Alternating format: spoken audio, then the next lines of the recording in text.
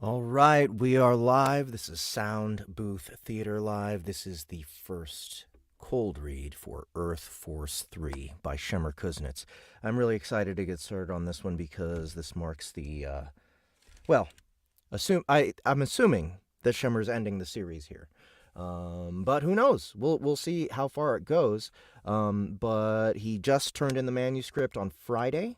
I haven't even I literally just pulled it up.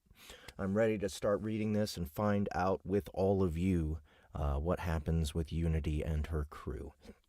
So, any of you guys who have not listened to it so far, check the description below. You can find the cinematic audio versions of both books 1 and 2. Those are also available in classic audiobook versions if you just dig a little bit more on our website. But we are releasing book 3's regular audiobook first. That will be, let's see, somewhere in March. When we're releasing the classic audiobook. I think that we're gonna release the trilogy of the classic audiobooks on Audible. And then what we're going to do is release on our platform at the same time. And then we're going to release the. I'm not sure when we're going to release the cinematic audio of episode 1. We shall see. But please stay tuned. Keep an eye out. I'm going to be releasing a cold read for this every day this week, Monday through Friday. They're all going to be right around the same time, about noon Central. I think on Wednesday I have a meeting starting at 11:30 a.m. So it'll probably be 12:30 when the actual cold read gets started that day. But every other day this week it should be noon.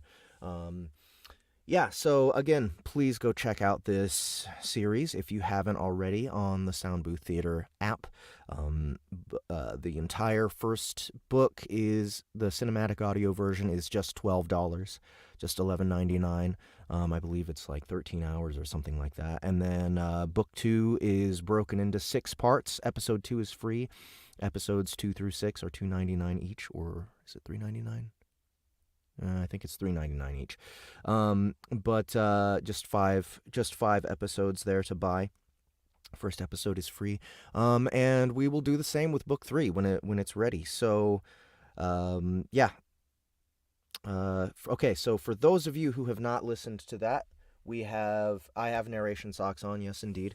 And anyone who hasn't listened, just to let you know, this is going to be filled with spoilers. And now maybe you don't care because you haven't started the series yet. And frankly, personally anymore, the way that I consume fiction, just because I'm so involved in fiction, I kind of don't care about spoilers anymore. Like, I just kind of because things that are spoilers usually will kind of pass through my mind unless it's like a major plot point or something. I usually just kind of forget about events that I've not experienced myself through reading earlier bits of the book, but at least you get the feel for this. But here goes. Actually, Shemer has a chapter 0 here, which is a recap, and he kind of spells out everything that happens in book 1 and book 2. So I'm going to go ahead and read that for you guys. Might as well record it. Let's see. Chapter 0.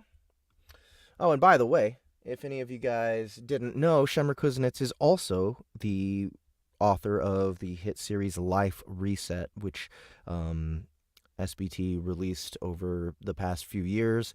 It's books 1 through 6. Even on Audible, it becomes a cinematic audio, probably in book 3.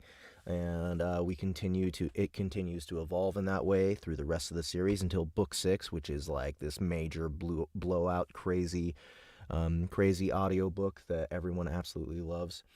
Biomancer is also in the New Era Online series, but that is narrated by Luke Daniels, I believe, and produced or published by Podium Publishing. But I have seen reviews of it. People seem to like it a whole lot, so be sure to check that out as well.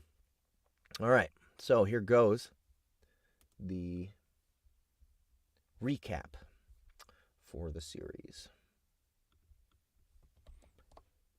Chapter 0. Recap. Book 1. Earth was infected by alien nanomachines called Tech, which equally contaminated both man and machine. Overnight, the entire planet's technology stopped working, bringing human advancement to a halt.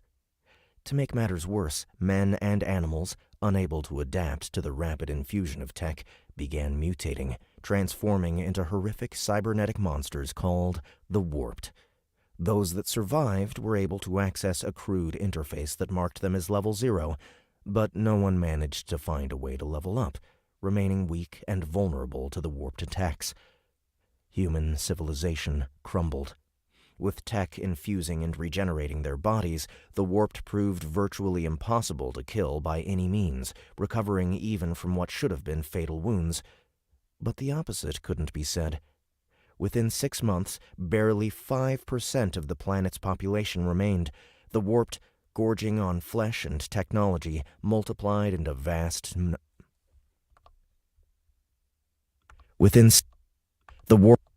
The Warped, gorging on flesh and technology, multiplied into vast numbers, hunting down and threatening to drown the scattered pockets of resistance while even more powerful variants began to emerge, the gargantuan, powerful broodmothers. The remaining humans gathered in reinforced shelters, huddled together for protection, fearing to leave their walls. Few were brave enough to roam the warped and gang-ridden streets. Nori, a runner between shelters, encountered 2 students in one of her forays, Lana and Nathan. The 2 had saved her life from a warped ambush, and as they sat to wait out the monster, they witnessed an alien ship crashing to Earth. Deciding to investigate, the 3 made it into the ship, where they found a dead alien. As they touched it, a wave of tech washed into them, increasing their levels and granting them paths that enabled them to operate the alien technology. Nathan, traumatized and silent, became a technomancer, a powerful and rare path that allowed him to activate the ship. With Nori taking the pilot path and Lana the expert, they managed to use the vessel to help out the surviving humans in the area. They came across Bulko, a feared gang leader who turned out to be a decent person, despite his lack of compunction about killing those who hurt others. Bulko took on the path of an engineer and joined the crew in their effort to aid the survivors. Flying into space, the crew encountered an alien named Alzygo on a newly arrived space station. Alzygo introduced them to the tech-based galaxy,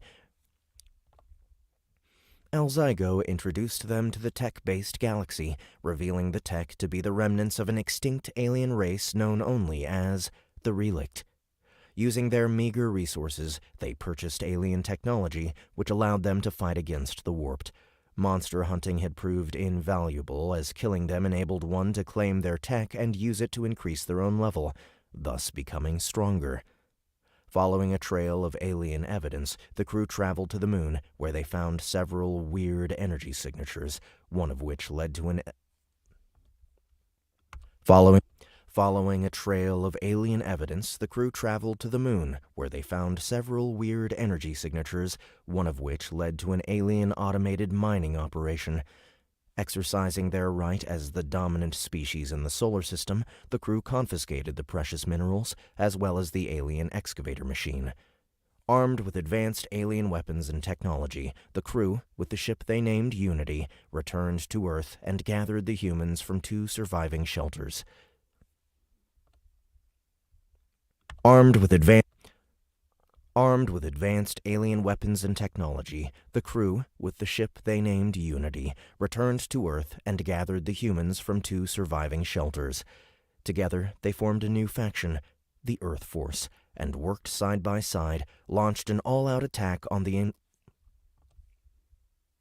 Together, they formed a new faction, the Earth Force, and worked side by side, launching an all-out attack on the local infestation of Warped and their broodmother. After a fierce battle, which saw hundreds of lives lost as the broodmother proved more powerful than expected, Nathan made a leap of faith and bonded deeper with Unity. The ship and alien excavator The ship and alien excavator merged, allowing her to assume an alternate form more suited to battle. Now equipped with a powerful mining laser, Unity defeated the Broodmother, allowing the survivors to exterminate all the remaining warped, bringing relative safety back to the area.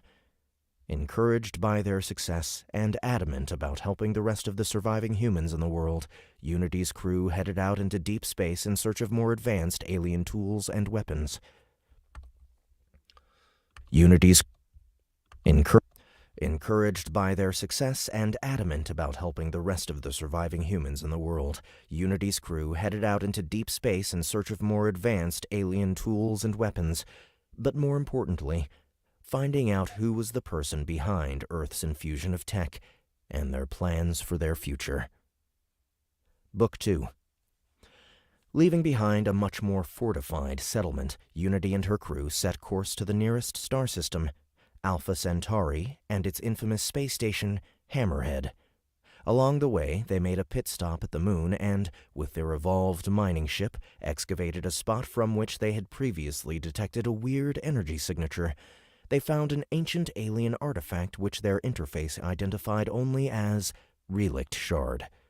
Once reaching Hammerhead Station, their quest for clues for the culprit behind Earth's infusion led them to tangle with a ragtag crew of a local mining faction closely tied to the local crime organization known as the Syndicate.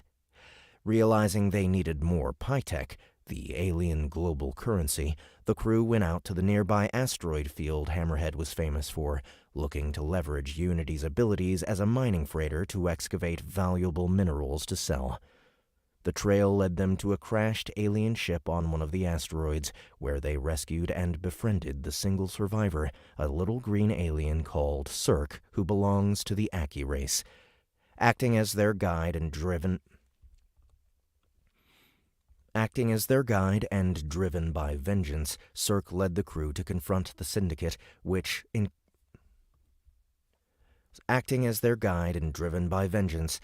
led the crew to confront the Syndicate, which ended in increasing the threat to Earth.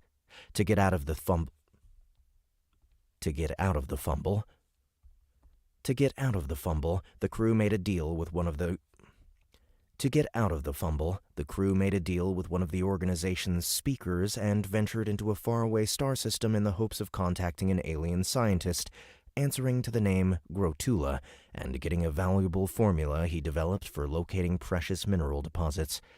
They arrived at a small planetoid called Grotula 3, which they discovered was an Aki science research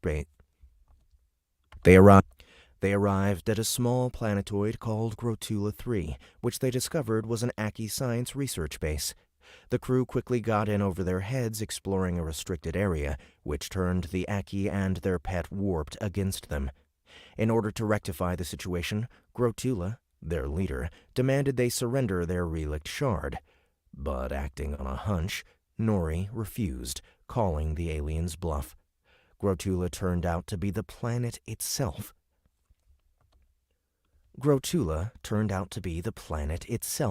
A sentient planetoid, and appreciating the humans' character and honesty, becomes their ally in return for the shard. Equipped with Grotula 3's formula, modified to restrict the Syndicate from growing too powerful, they returned to Hammerhead and delivered it to the Syndicate. They were allowed to continue to operate on the stations, using their newfound riches to purchase many valuable alien technologies to bring back to Earth and charter another freighter to carry out steady shipments. Getting back to Earth, they realized they had been deceived.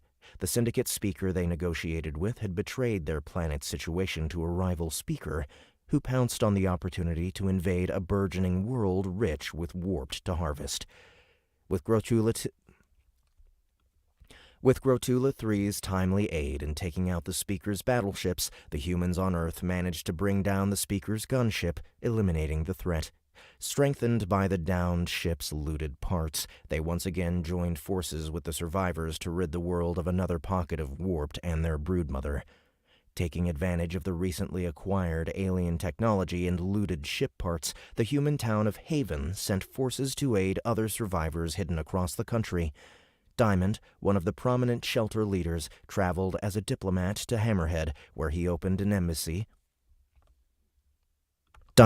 Diamond, one of the prominent shelter leaders, traveled as a diplomat to Hammerhead. Diamond, one of the prominent shelter leaders, traveled as a diplomat to Diamond, one of the prominent shelter leaders, traveled as a diplomat to Hammerhead, where he opened an embassy. Oh my god.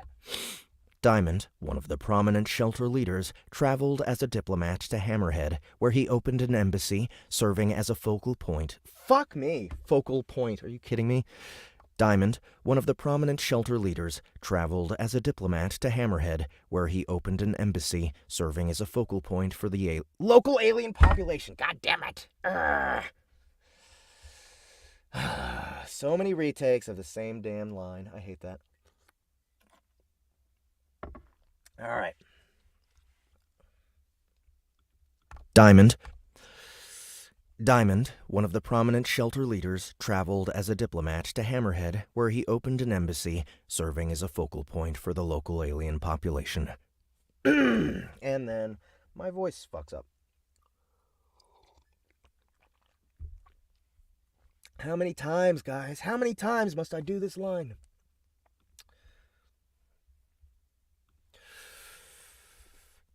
Diamond, one of the prominent shelter leaders, traveled as a diplomat to Hammerhead, where he opened an embassy, serving as a focal point for the local alien population.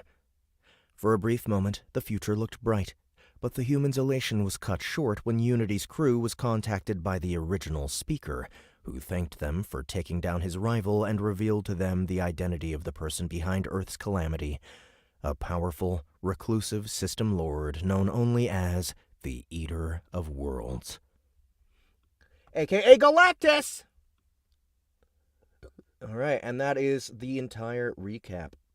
That was an elaborate as fuck recap. So you guys are all caught up now. I hope that didn't spoil. Well, I hope it convinced you guys that it's worth listening to.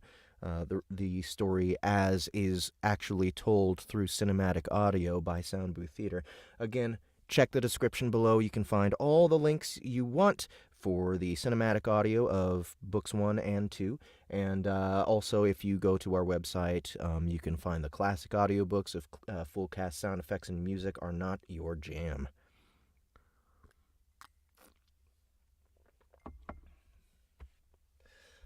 All right, so I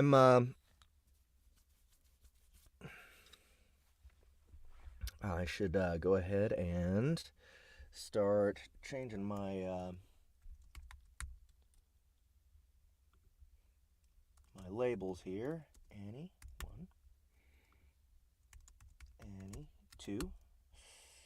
Then we have Dory.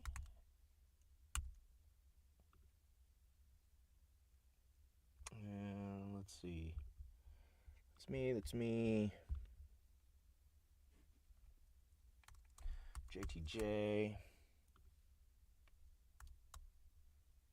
And Will. Let's just give it those. All right.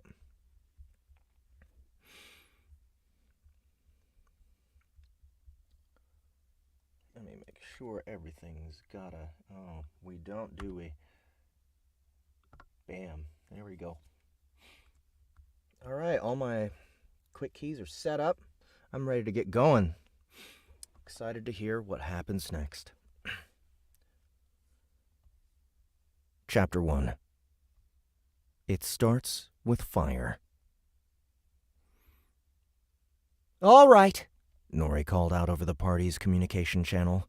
We've got the last one boxed in. Stay sharp. And for those of you who don't know, the captain of the ship is voiced by Ms. Annie Ellicott. Let's see here. What kind of speaker here? Answering now. We need. We'll go with nice TV for the speaker system.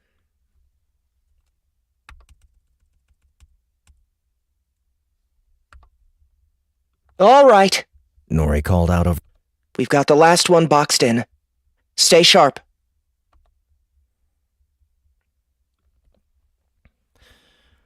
The Broodmother hunting party consisted... The Broodmother hunting party consisted of a small group of converted military vehicles driven by human hunters, a squad of alien mercenaries, and a small, arrow-shaped, highly maneuverable alien scout vessel with a powerful cannon. Unity hovered over them all, the hardy, sentient ship acting as a mobile command center for the expedition. This is going to be a long book, by the way, guys. I just, 453 pages, and the pages are dense. This is going to be a long-ass book. You're going to get your money's worth here. Edition. I almost feel sorry for the poor brood bitch. Bulko chuckled in his thick voice. This one will be, the 6th this week? At this rate, we're going to make their whole sorry race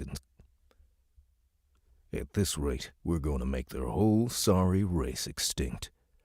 Lana, the crew's expert, shook her head over her hovering holo consoles. At our current rate, it would take us over a decade, and I'm not sure we should. As dangerous and abominable as they are, the warped, especially the broodmothers, have an important role in this new tech-based ecosystem. Getting rid of them would leave Earth worse off in the long run. And that's supposed to be Dory, by the way.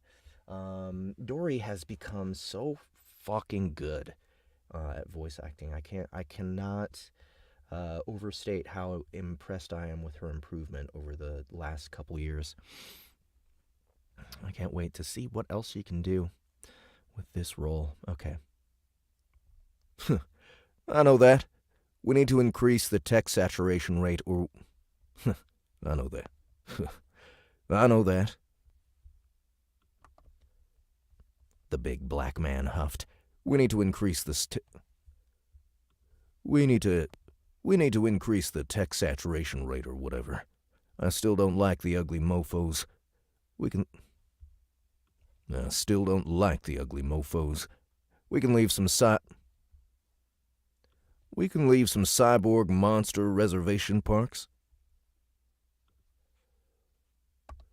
Mofos?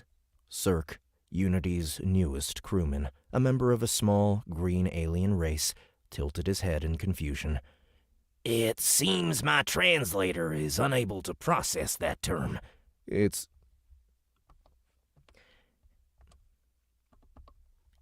just an acronym. You need to install the the extended profanity upgrade pack. It's not included in your language implant. Give me a second. I should have a copy somewhere on Unity's base. Give me a second. I should have a copy somewhere in Unity's database. I'm hoping that I'm getting her voice right. Like, you know, of course, there's the classic audiobook and the cinematic audio versions of this book, and for all the classic audiobooks, I'm the only one doing the voices, and this character, Lana, I use this one voice that is kind of, you know, one of my go-tos. I use her for Fizzy, and of course that's why Dory I thought was the best choice for replacing her. But, you know, my voice has been changing a lot over the past couple years. I think I narrated Earth Force 2 like in 2020, maybe even earlier than that. Maybe it was 2019. And so my voice has changed a lot, and I don't know. Sometimes I worry that I'm not getting things consistent enough because of it. But, you know, 'tis the nature of getting older. Can't do little voices like this so much anymore. It's a little painful. All right. It is unable to process that term. All right. Let's see. I'm going to go ahead and reinsert this dialogue tag over here. You need to install the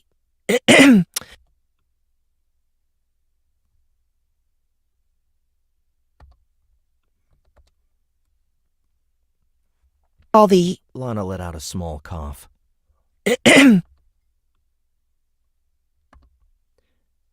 Let's try this cough as well. the extended Cough.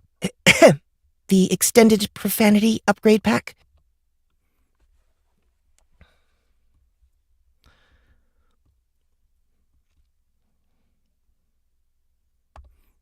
Ah, Cirque said, as his implant received a burst of data.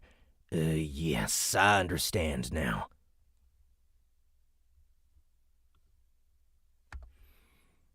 I do not.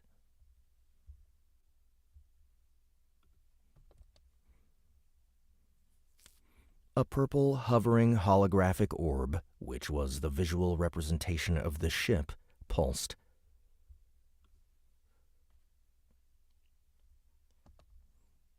The warped do not reproduce using biological transference of DNA.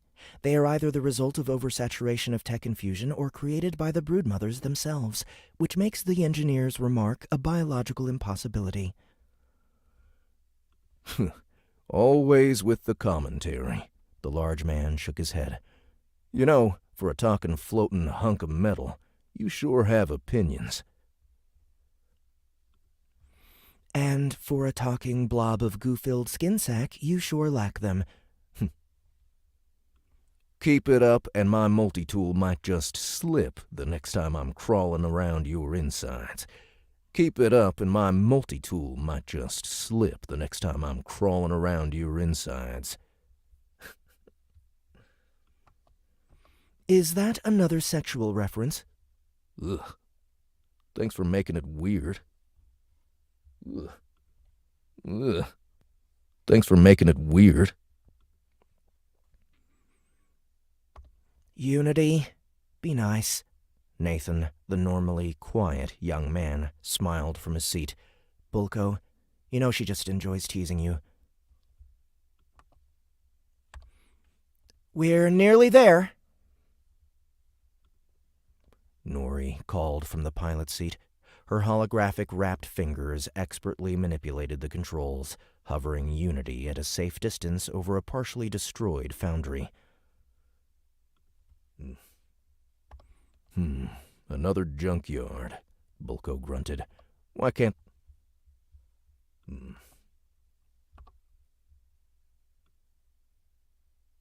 Destroyed foundry. Another junkyard.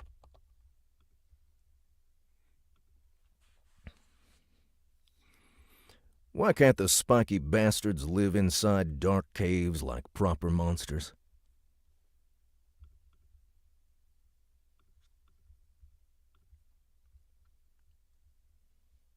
Oh man, Dory killed it and scaffed Frank Moore. Yes, she did. Proper monsters.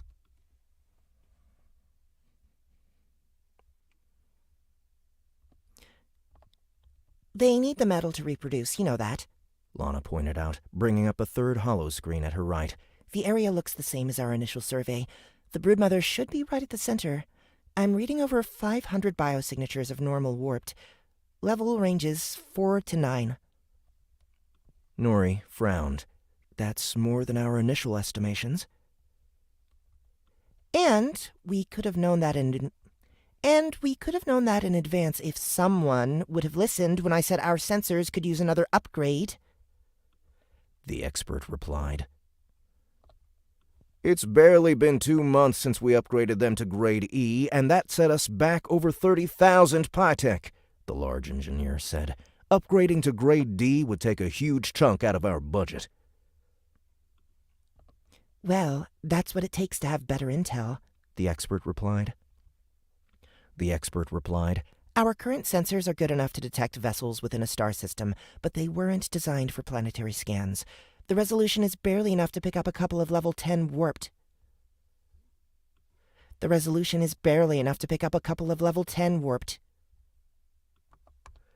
Level 10?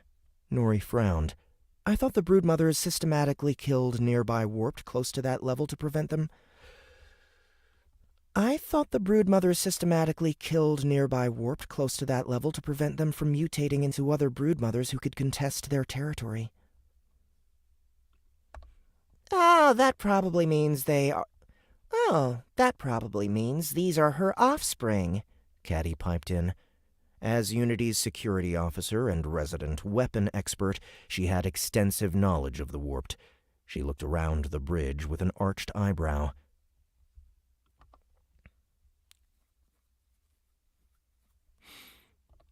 Didn't I tell you that before? Back in Hammerhead's archives, when I researched the warped, it was mentioned that broodmothers were more tolerant of higher-level warped if they originated from them. Those can mutate to other types and get more... Those can update to other types. Those can mutate to other types and get some pretty powerful abilities. From them. Those can... From them. Those...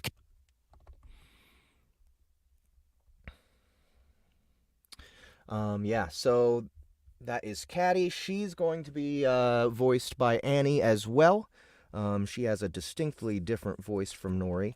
And I actually use the Cora voice from Everybody Loves Large Chests to represent her in the Classic Audiobook. Get some pretty powerful abilities.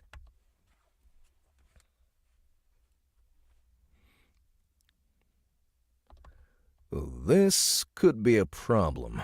Bulko frowned. Every 5 levels represented an exponential leap of strength in their new tech-based reality. A level 10 warped was a considerable threat. The mofos are getting stronger, Cirque said with a straight face. Nori nodded. That's why we have to take them out. We can't allow their queens to remain in our old population centers. According to what we learned, once sufficiently culled, the warped should retreat to the fringes and achieve ecological balance. Grotula himself corroborated that. Where is that guy anyway? Bulko asked with a grunt.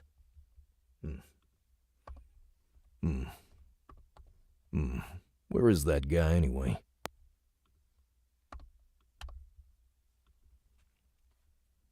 Haven't seen his fat ass in a while now. He's a planet. His fat ass. I love that.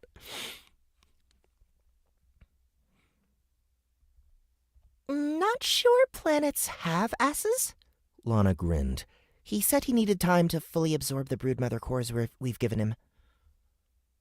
He said he needed time to fully absorb the broodmother cores we've... He said he needed time to fully absorb the group... He said he needed time to fully absorb the broodmother cores we've given him.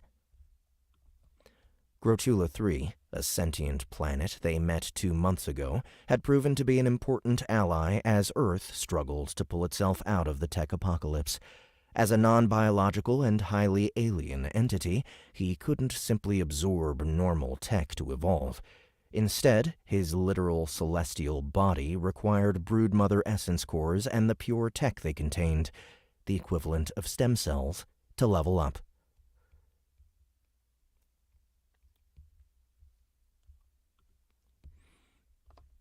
Martin? Nori called into the comms. You heard Lana's report. Do you want to proceed?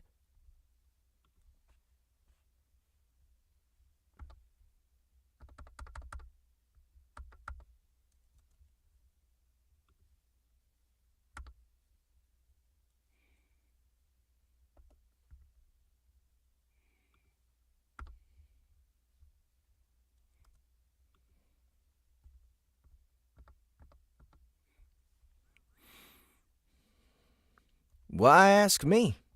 Why ask me? The man, previously one of humanity's shelter's leaders and now one of Earthforce's... The man, previously one of humanity's shelter leaders... The man, previously one of humanity's shelter's leaders and now one of Earthforce's council members, answered through the comms. You run the show. Why ask me? The man. You run the show. We're here to provide tactical information and support, the pilot corrected him. It's you and your men down there taking the risk. You're the Justicar. It's your call.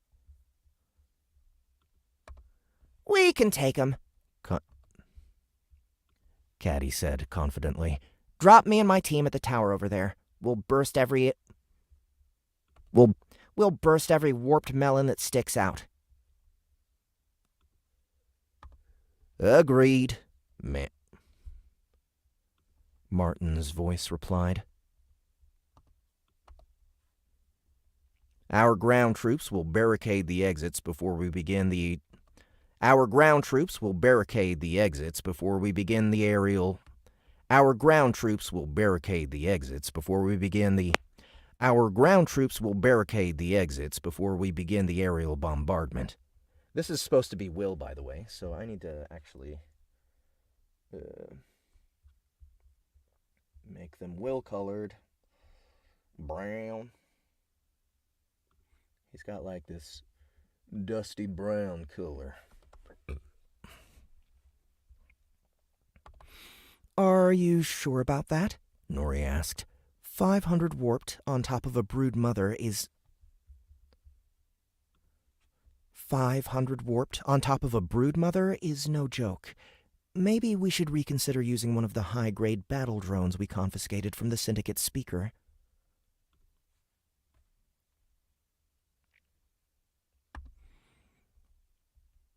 They can't be spared. Short of a full-blown monster horde, each of these babies can single-handedly safeguard a settlement against most warped attacks. Don't worry, the man said confidently. We can take care of these guys on our own. Our alien mercenary buddies pack some serious heat. Oh yeah, and then Turga is actually... Okay, so I can't quite remember if Turga is a character... I can't remember if this is Lori or Alejandra Lafleur. But I'm going to put her in this Chick 4 track anyway. Because either way, it doesn't matter. It's going to be one of them. We're ready, Turga replied. All of a sudden, I'm narrating with an English accent. Turga replied. The mercenary was an Amphidlon, a race of blue humanoid aliens with short, fleshy bristles covering their skin. All right. Nope, that needs to... All right, Nori said. Let's get this show on the road. All right, and this one needs to go down into this track. There we go.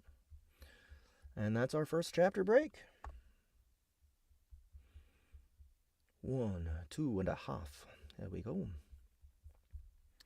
Christian Bonus, thanks for coming.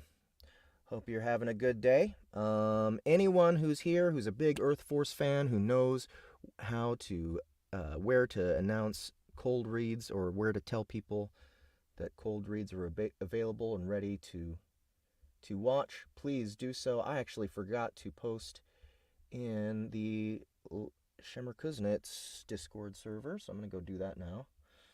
Let's see. Announcements.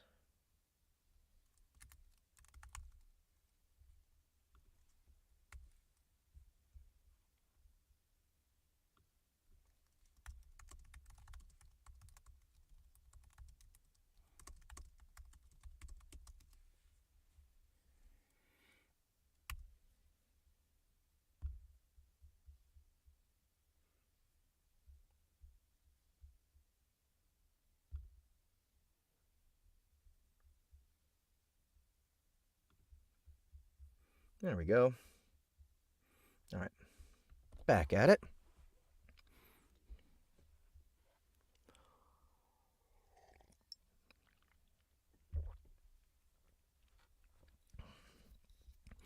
The warped brood mother lifted her giant head from the liquid-filled chamber where she rested inside the huge structure. The large, monstrous creature convulsed as it felt a disturbance. Its brood of endless offspring mirrored the movement, lifting their heads in a cacophony of shrieks and roars at their mother's discomfort. Then the first attack hit, slicing out a huge chunk of the ceiling and exposing the horde to the open sky above. The broodmother dove deeper as her offspring rushed out, climbing or slithering through the mounds of debris, eager to kill and consume the foolhardy creature who dared disturb them in their own home. Instead, they were met with death and mayhem. There's a little ominous little bit. Tiny chapter break. Here it goes. From high above, Unity used her brand new weapon, twin Grade E cannons, salvaged from the Syndicate gunship that had attacked the planet, to rain down death and destruction. The powerful red beams sliced the foundry's remaining roof open like a can of sardines, revealing and mowing down the endless warped within. Martin's more maneuverable scout ship moved into position, firing her energy cannon into the open building. The ship-to-ship weapon was meant for precision strikes and, therefore, was less appropriate for large-scale bombardment. Still, it neatly carved through every warp it touched, felling them by the dozen and leaving long grooves on the hard concrete floor. Okay, so I think we're in Martin's ship here. "Angling away for a better shot," Martin called out. "Some of them are coming out! Ground troops, take them out!" Hardly needling another prodding, the dozens of aliens and humans opened fire. Their powerful rifles washed the area in a deadly fire, bursting or cutting apart the charging warped. Every single one of the fighters was over level 5, and they had all picked up battle-oriented specialties as they reached their crossroad path. As the most elite group of fighters, they had almost eschewed. It's eschewed, right? I think it's eschewed.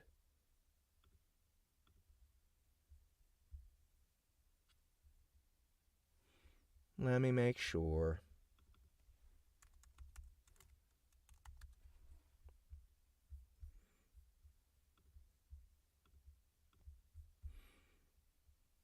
Eschew. Eschew? Really? I don't think so. I've never heard that before in my life.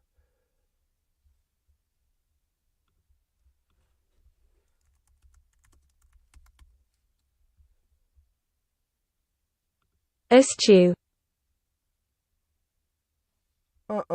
That is impossible. Eschew.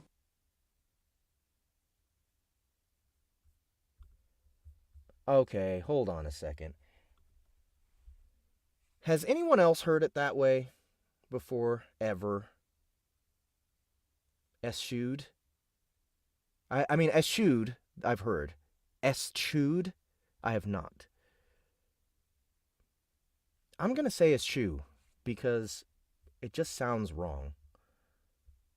Lorraine Biggs, you're saying you have heard it, eschew? E-S-C-H-E-U. I'm sorry. E-S-C-H-E-W.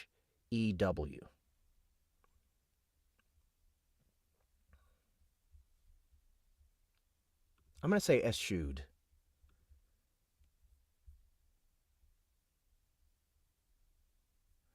Yeah.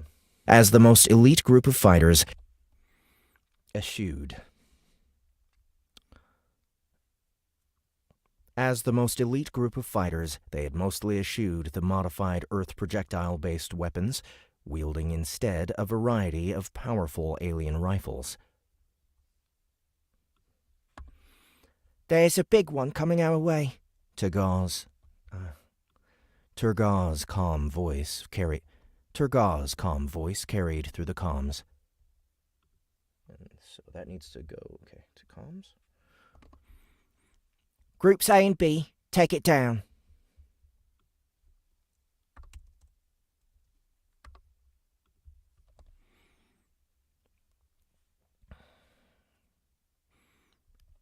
"16 energy beams zeroed in on a massive level 9 warped with arms thicker than its own body. The combined assault burned through its considerable bulk, reducing it into a The combined assault burned through its considerable bulk, reducing it into a ruined husk within seconds. Gross, there's another one coming from behind, Turgaw said, sounding a little less calm this time. Gross, there's another one coming from behind, Turgaw said, sounding a...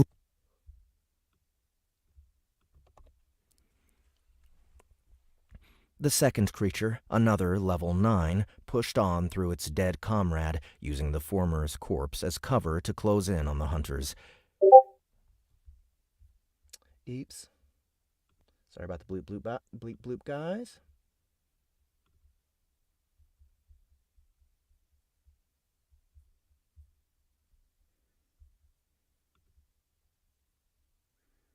Top Deck 55, thanks for the YouTube link. I will check that out after the stream. Close in on the hunters.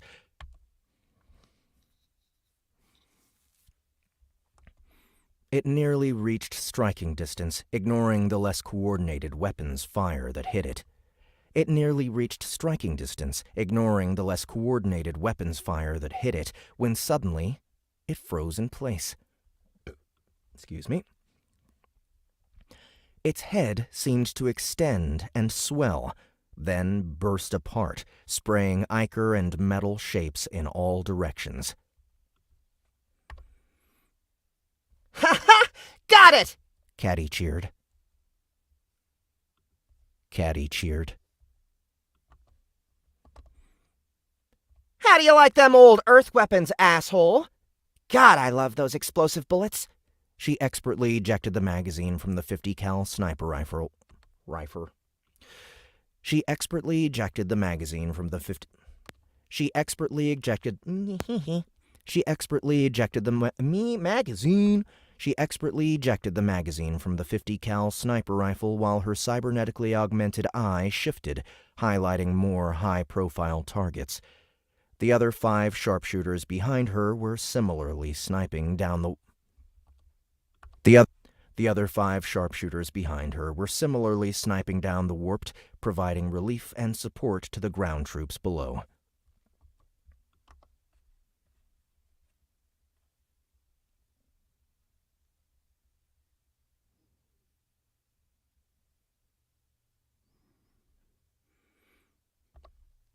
Might wanna switch over to that fancy alien sniper rifle. One of them grunted. If I had such a sweet piece of alien tech, I'd never let it out of my hands. Always get the right tool for the job, Jude, the woman replied lightly. A sprinkle of tech, courtesy of my ship's grumpy engineer. A sprinkle of tech, courtesy of my ship's grumpy engineer, makes these bullets pretty deadly against the big ones, where a beam of energy might not have penetrated its thick skull in time. Despite that, she put down the heavy sniper rifle and pulled shoebox-like... Pulled A, probably is what he means. Despite that, she put down the heavy sniper rifle and pulled a shoebox-like... Despite that, she put down the heavy sniper rifle and pulled a shoebox-like... Despite that, she put down the heavy sniper rifle and pulled a shoebox-like contraption from her back, which automatically unfolded in her hands. Her red alien armor rippled, becoming rigid as it assumed its sniping mode, anchoring her in place. Caddy started shooting shot bursts of energy, dropping the lower level warped in droves. Another barrage of powerful beams washed over the ground as Martin piloted the scout vessel for another pass, leaving behind a field of devastation.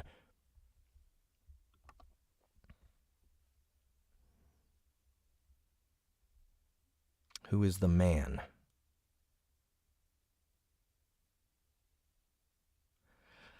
I think he means Martin.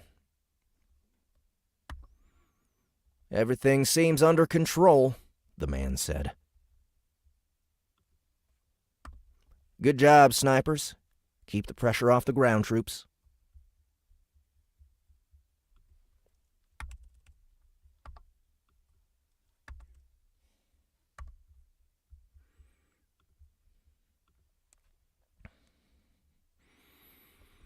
Below him, An armored vehicle retrofitted with alien technology circled around, its turret mowing the bigger warped down.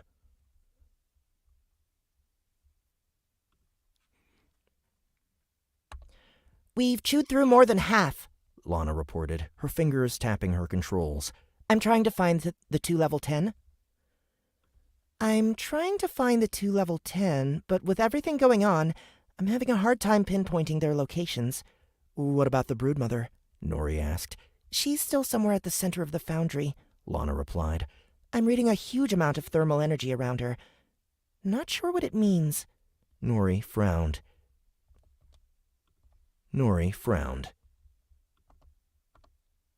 It can't be the foundry itself, right? The place has been dead and abandoned for almost a year. Lana shook her head. I'm sorry, I can't tell. All the signals are mashed together. It could be the foundry, or it could be the broodmother herself. Martin, we should stay clear then, the pilot said. The one we fought at Central Park's water reservoir could shoot a jet of...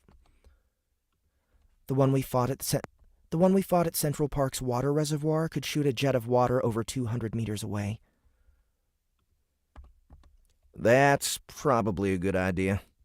Below them, the methodical massacre of the warped continued as planned. The trained mercenaries and the seasoned human hunters mowed the mindless beasts down while the sharpshooters provided cover. One of the human hunters gestured at one of the leading warped who managed to close in. A cascade of tennis-sized spheres rolled out of the back of the vehicle, aiming straight at the monster. The miniature spheres reached the target, rolled up its body, and detonated. A homing grenade's destructive force was moderate at best, but with over a dozen covering its body, the monster was blown to smithereens. Ha! There's the first level 10, an evolved one! Martin shouted as a huge pile of broken metal beams and concrete shifted out of the way, revealing a mountainous creature, easily 6 meters tall. That seemed to be made of the material around it. Mountainous creature, easily 6 meters tall, that seemed to be made of the material around it. Everyone on the north side, target and fire. Everyone on the north side, target and fire.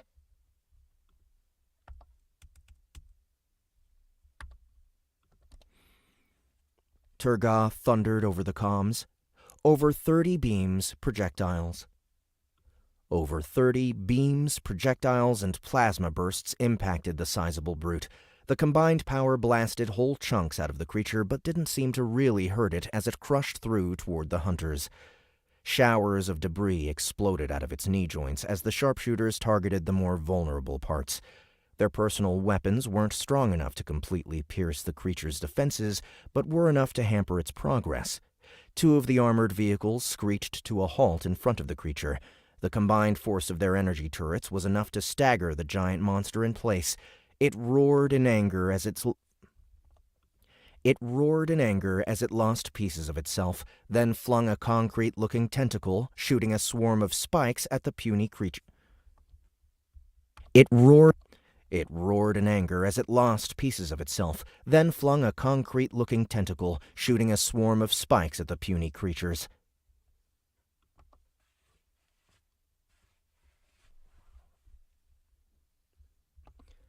Shields! The Amphidlon mercenary ordered. A wall of energy, projected by one of the support staff, rippled into existence, catching the projectiles. Then the scout vessel shot past, its powerful beam carving into the staggering creature, dissecting it into several chunks.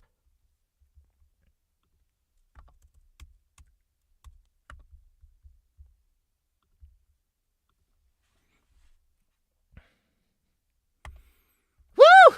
Hell of a shot, Martin, Caddy cheered. We'll make a sniper out of you yet. We'll make a sniper out of you yet.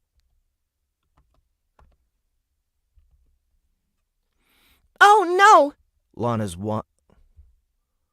Lana's eyes widened. The second one is right below it. All the signals are mashed together. It could be the Foundry, or it could be the Broodmother herself. Not sure what it means. Putting a huge amount of thermal energy around her, Lana reported, her fingers... Wrong track. My ship's grumpy engineer. Earth weapon! Always get the right one. We've chewed through more time pinpointing their location, the center of the Foundry. Not sure what signals are mashed together. It could...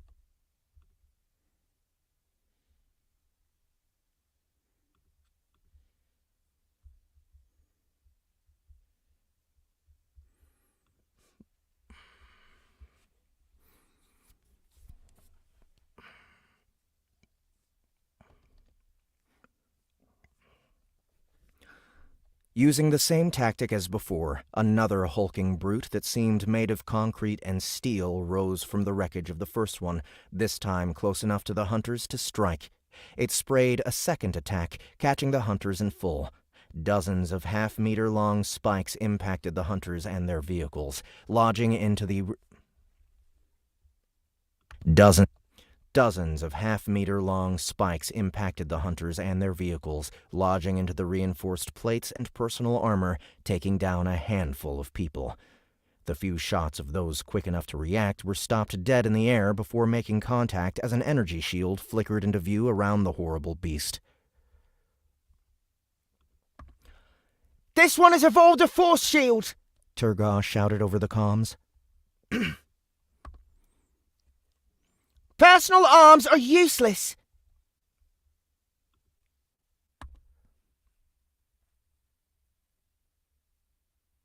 Where'd it go?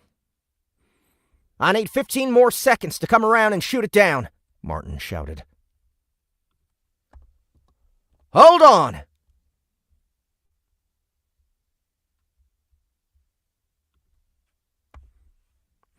We're too close. I need barriers now. Everyone on foot, fall back. Mobile turrets, slow it down. Buy time for the others to retreat. Or else, we're going to lose some people. Growls, we're going to lose some people. A few dozen homing grenades rolled over the hulking beast's body and detonated, but despite their numbers, their individual power was insufficient to penetrate the creature's plating. Unity is in position, Nori said. We're coming. No! Turgosh shouted. Your cannons are too powerful this close. Oops. Your cannons are too powerful this close. You'll hit us as well. It's close. You'll hit us as well.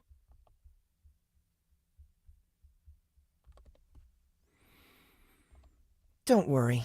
Nori's voice sounded smug. We have something else to use.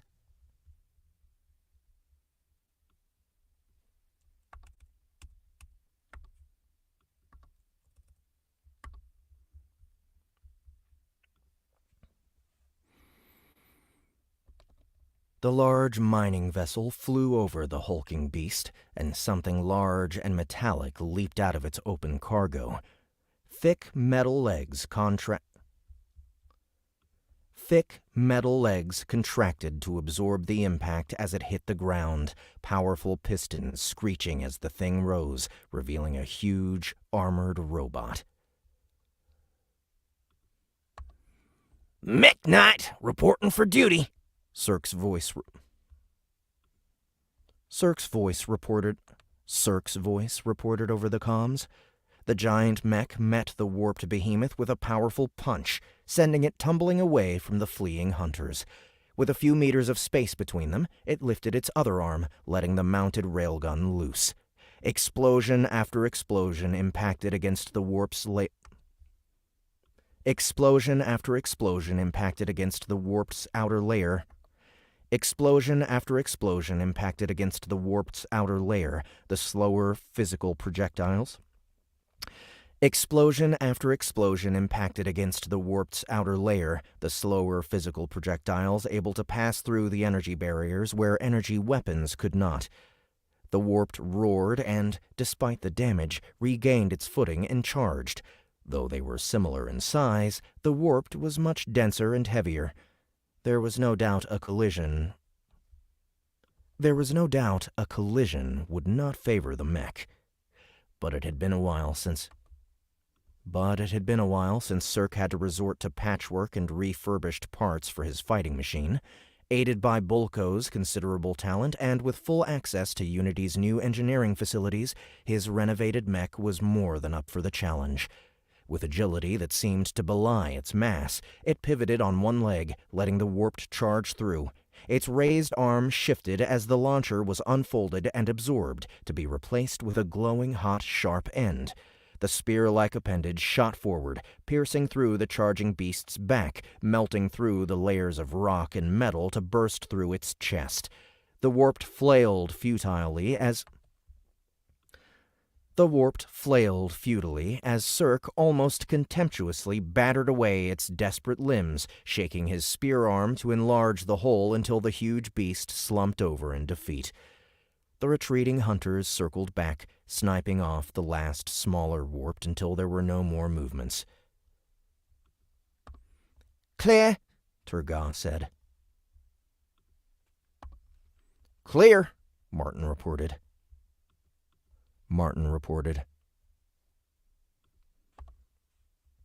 And clear on my side, too.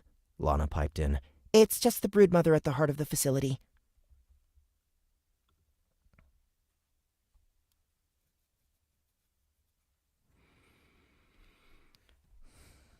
Who is Bullock?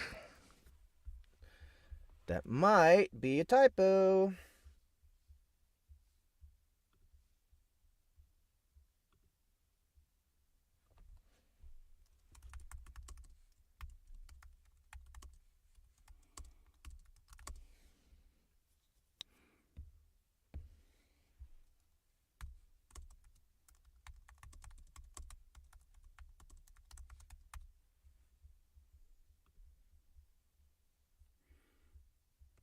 Lana piped in. It's just the broodmother at the heart of...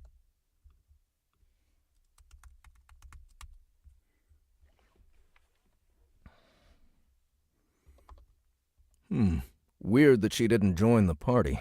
Bulko frowned. The last ones didn't sit by while we cut through their brood.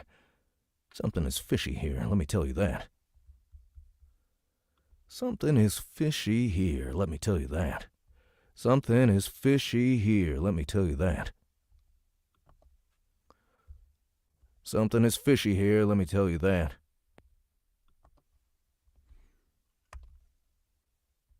Casualties? Nori said. One of mine, Turgot reported. got a spike to the primary heart.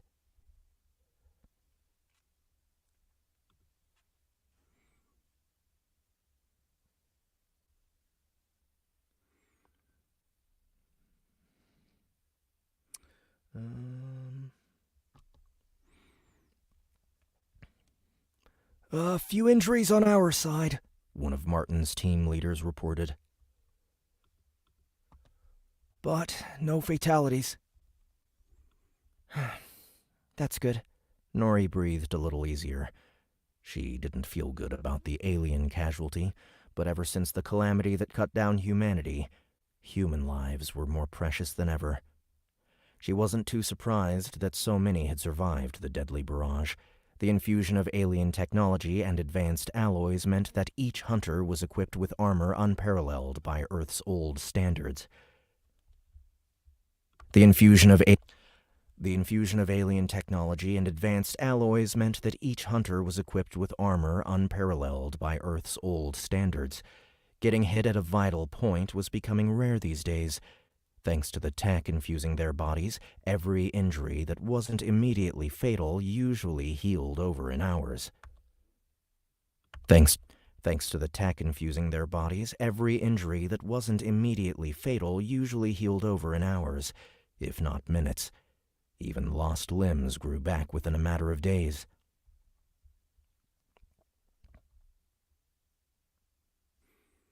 All right, ground troops, pull back. Cirque, we're coming down to pick you up. Turgot, prepare the big guns. And let's say hello to the Queen. On it. The Enthidlon mercenary replied and started issuing commands through his comm implant. I think her is what he means. Yeah. The Enthidlon mercenary replied and started issuing commands through her comm implant. Small alien shuttles landed around the foundry, deploying box-like machines that unfolded into large-barreled weapons. This type of artillery packed a powerful punch, but due to its mobility,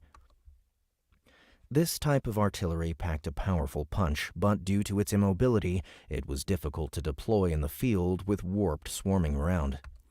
This type of artillery packed a powerful punch, but due to its immobility, it was difficult to deploy in the field with warp swarming around. This type of artillery packed a powerful punch, but due to its immobility, it was difficult to deploy in the field with warp swarming around. There we go.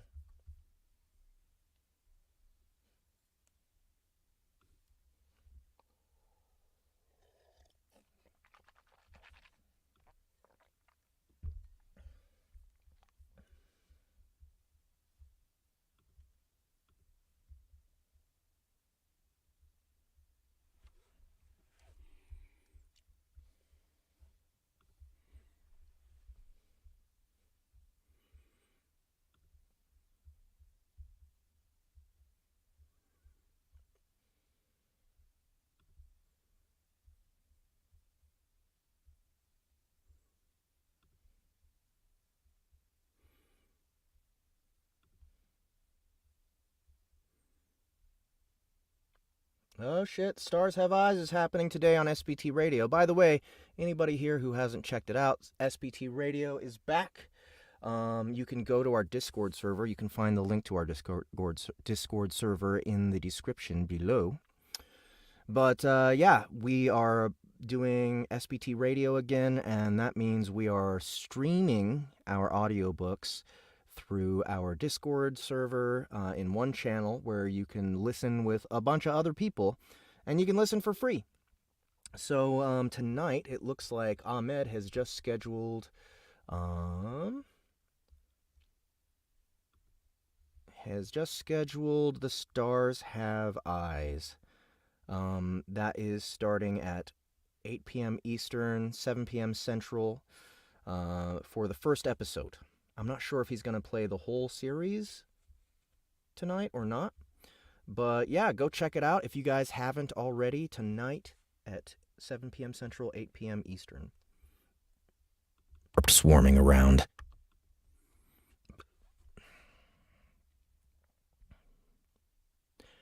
They had initially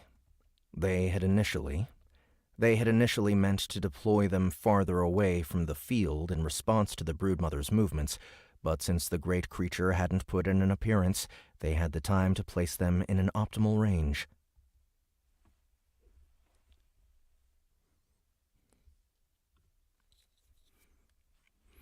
Martin, you ready? Nori called out after she guided Unity to collect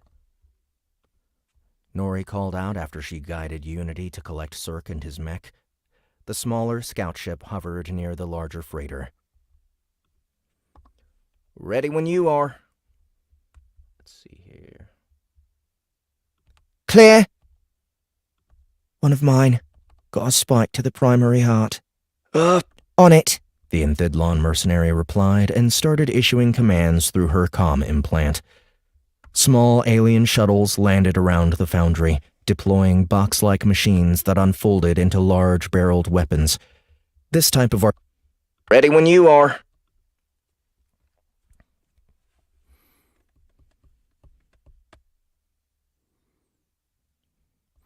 All right, let's bait her out. Cirque, get to the gunner station. Switch over to the asteroid cannon. Yes, Captain, the little alien replied.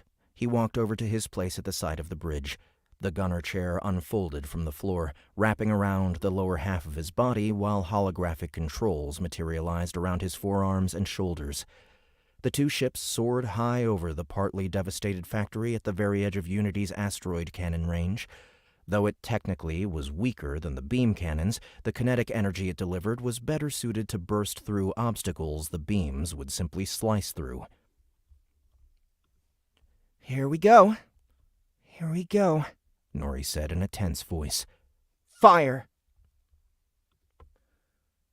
Yes, Captain. Cirque's delicate long finger guided the targeting system down to the center of the factory. Then he fired. The asteroid cannon barked as it launched a mithril-tipped slug, sending a slight tremor through the ship. The kinetically charged projectiles provided the desired effect.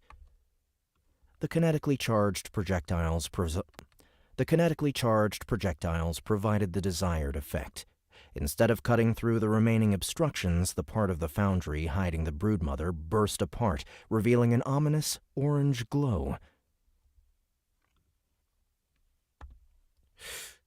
Damn! Martin gasped. That's new.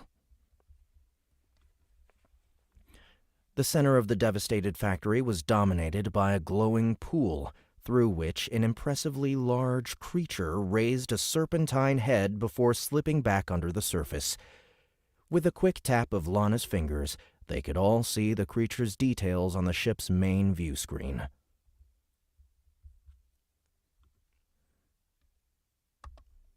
Warped. Broodmother, level 15.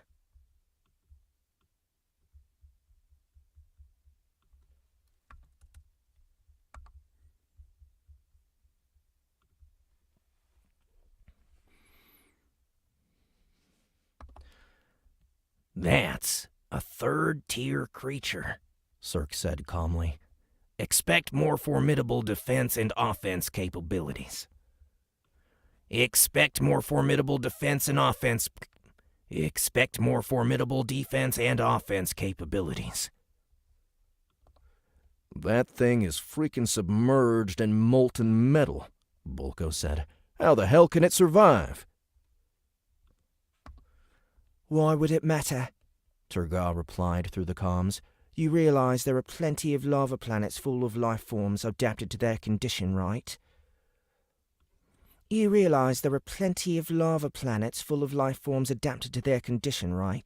And I assure you, they all have their share of warped.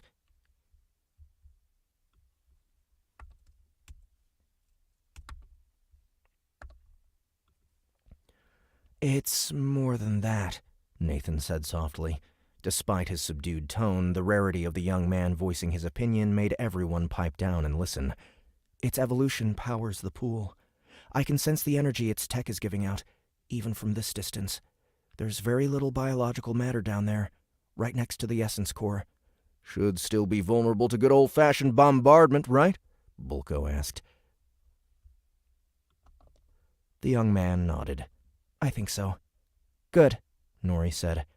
In that case, Cirque, Martin, target the broodmother or the pool itself if you can't get a lock, and open fire. Good, Nori said. In that case... The two ships opened up at the factory below. The asteroid cannon's concussive force caused huge geysers of molten metal to erupt every few seconds, while the scout vessel's beam weapons cut through the liquid and every exposed part of the monster.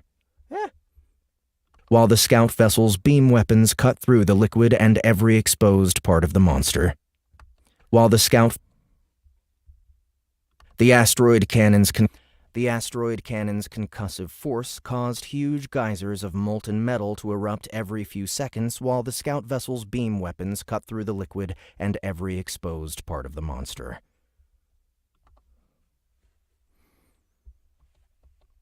She's coming out. She's coming out. No. She's coming out, Nathan said softly. A huge snake that seemed to be made of fused metal spines erupted out of the glowing liquid, molten metal oozing down its spiked body. It opened its huge maw and unleashed a stream of the same liquid upward. Nori expertly flickered her fingers, putting Unity in a sideways glide, avoiding the barrage. Thanks for the heads up!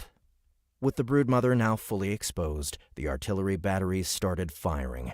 The broodmother's body was racked with impacts, blasting apart and peeling sections of her toughened exterior. Martin brought his ship around, and the beam weapon sheared off a sizable chunk of the tail. The broodmother, who had until now felt safe in her scorching abode to the extent of refusing to join in her brood's attack, was now caught at a disadvantage. The broodmother, who had until now felt safe in her scorching abode to the extent of refusing to join in her brood's attack, was now caught at a disadvantage.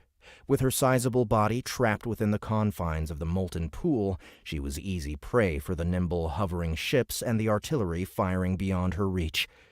She tried submerging herself in the liquid, but that only made it easier for Unity's asteroid cannon to blast her from above, dispersing huge chunks of the liquid until the creature was made visible again. The broodmother had no choice but to rear up and try to mount a counterattack. But despite her size and sheer power, she was simply ill-equipped to handle prepared hunters who could wear her down from a safe distance.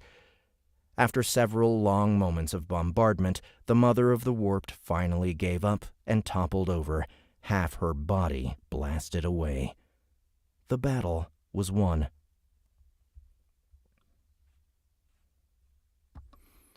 Whew! Good job, everyone, Martin said. This is another win for humanity and the Earth Force. We can take pride in that we've just made our world a little bit safer. There's one more thing we can take out of this, Caddy said, grinning. Loot! Loot!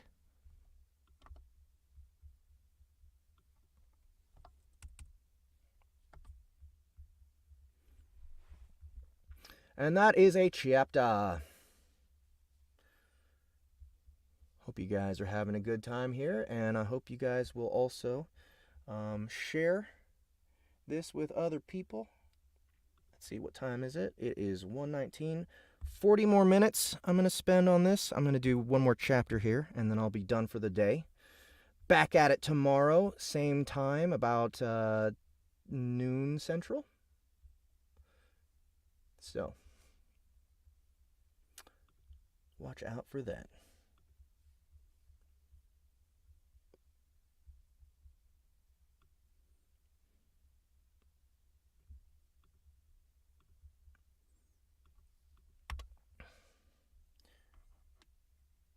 Oh, you want to see the screen? I can do that.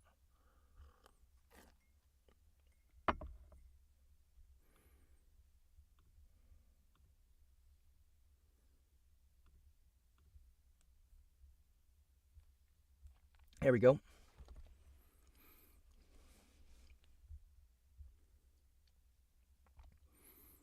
Chapter 2. Council Meeting. Council Meeting.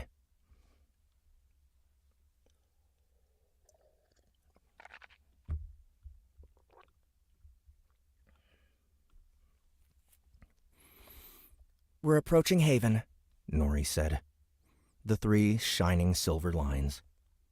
The three shining silver lines, which formed Haven's triangular wall, appeared in the distance, the corners meeting at the old shelters the majority of the population hid in before they discovered the means to fight the warped menace.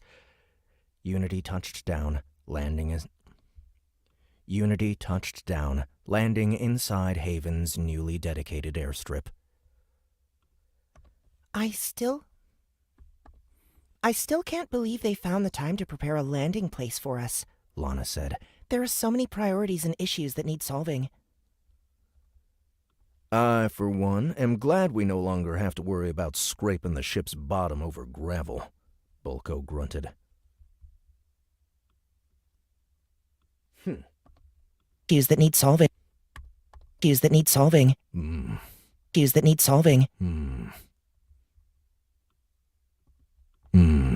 I, for one, am glad we no longer have to worry about scraping the ship's bottom over gravel. Though actual landing gear would still be nice. Okay, I don't remember who Gary is. So, I need to mark this so that I can look it up later.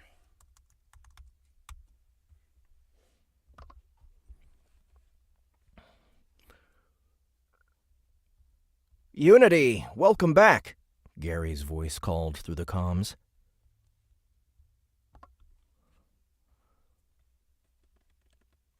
The other council members and I would appreciate it if you could join us at the town hall for a debrief.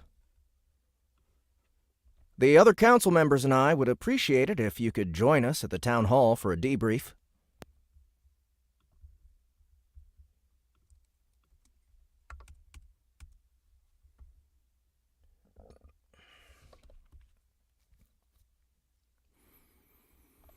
Sure, Nori replied. we'll be right there.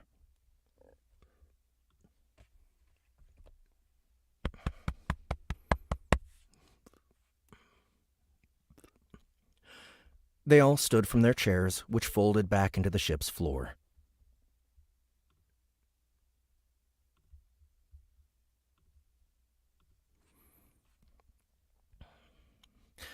I really love all the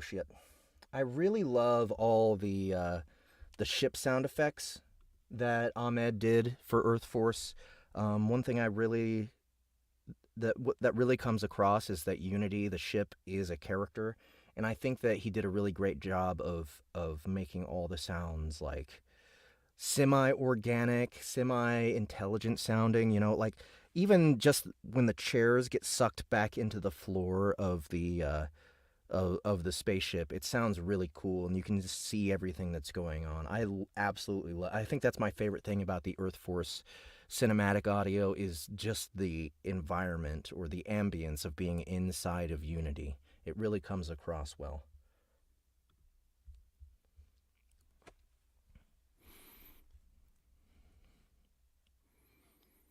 The hovering hollow monitors and light console turned off and dissipated behind them. The crew turned toward the cargo hold, exiting through the back, where they stopped to take in the view of the city that awaited them. Humanity's first settlement to have risen from the ashes of the calamity was unrecognizable from the wreck it used to be just a couple of short months ago. No wreckage and debris littered the streets, no dissected cars or torn buildings. Instead, the streets were clear, and new buildings dotted the space between the walls. Using the fabricator Unity's crew had acquired, the survivors could generate a vast amount of cheap, basic folding technology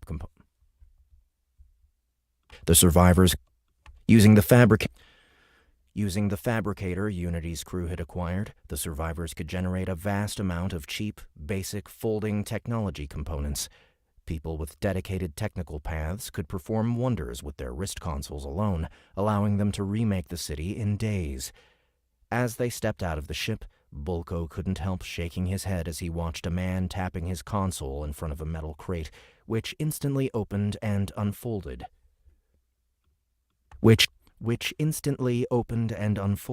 Transforming into a storage hangar within moments. A pickup truck, converted to run on an alien power source, stopped in front of the crew, and a man stepped out of the driver's seat. Bulko's brow rose. D'Angelo? What are you doing here? Okay, gotta look up D'Angelo as well.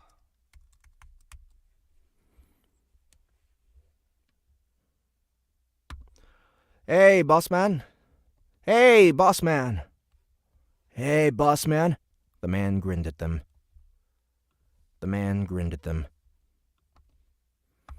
Me and the rest of the old gang are helping where we can. The council sent me to pick you up. Nori, Lana, Nathan. He nodded at each of them.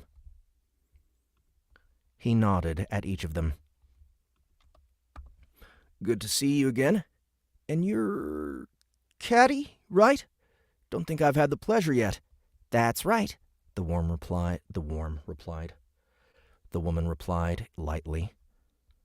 replied lightly.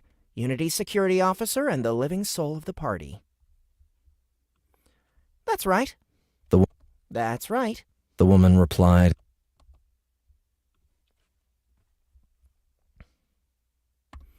Party, huh? He smirked. In that case, I might have something for you all. He gulped as he noticed the little green man. And your friend. My name is Cirque, the alien replied. A mech knight and Unity's gunner. Don't worry about all those stories about little green men. Don't worry about all those stories about little green men. Don't worry about all those.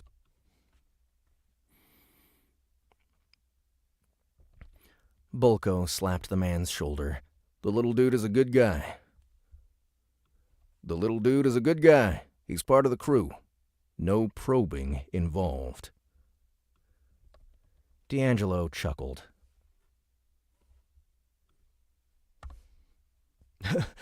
Good to know. Come on, hop in. They climbed the back of the vehicle and sat down as the truck drove away. Some people they passed by recognized them and waved. Some even pointed and shouted their names excitedly.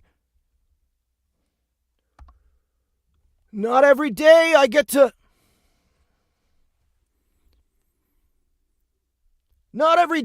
drive around a bunch of VIPs, the driver shouted back at them. We've only been away for a couple of weeks, Nori replied. The amount of work you've done in town is incredible. Tell me about it. The truck veered to the side, overtaking a car-sized spider drone working on filling a pothole. This place is starting to look like a futuristic city. Check this out. He pointed. Ahead of them, another drone climbed the side of one of the surviving buildings, coating it with a substance that seemed to meld with the walls, giving them a metallic sheen. They managed to squeeze out a lot from the fabricator we've purchased, Lana said. I wonder how the effort to restore the rest of the country is coming along.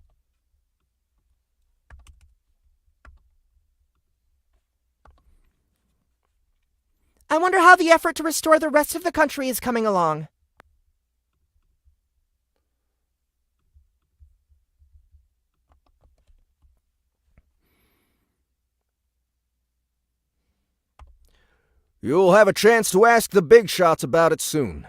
Bulko nodded toward the town hall building, a shining new construction made entirely of folding technology.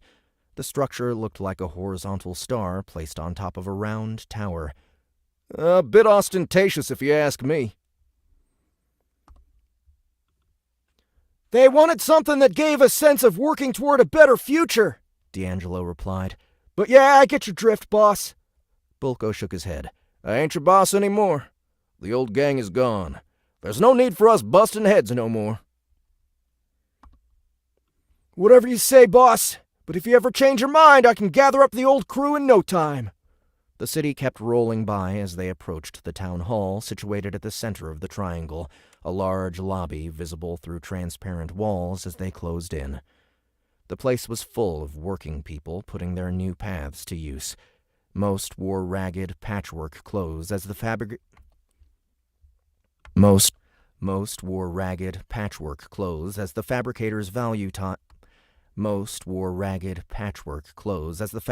valuable time couldn't be spared for non-essential things like fabrics. A secretary stood behind a semicircular desk, facing what looked like a dozen hovering holo monitors. Matilda, human, level 5. Path, archivist, analyst. Highest attribute, intelligence. Number of implants, 3. Wait a minute.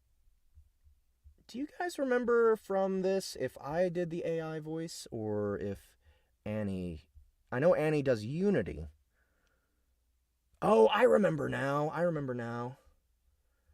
Okay, we have two different AI voices. We have Unity and the AI. Arg. Bargle Bogbar. How am I going to organize this shit?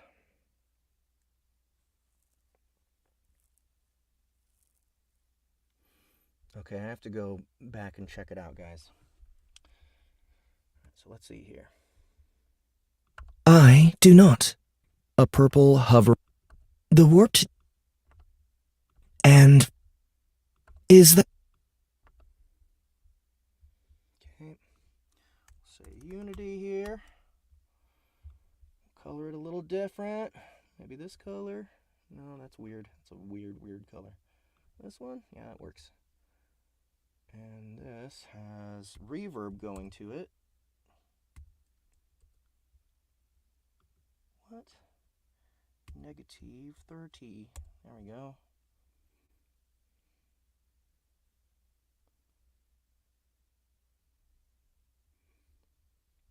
And then this is just the AI.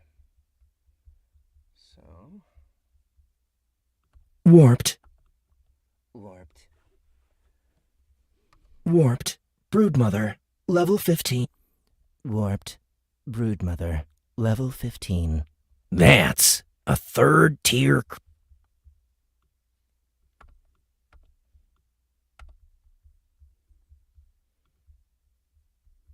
Alright, and. Matilda. Matilda. Human. Level 5. Path. Archivist. 2. Analyst. Highest attribute. Intelligence. Number of implants. 3. As they approached, the central monitor flickered, displaying a picture of their faces and names.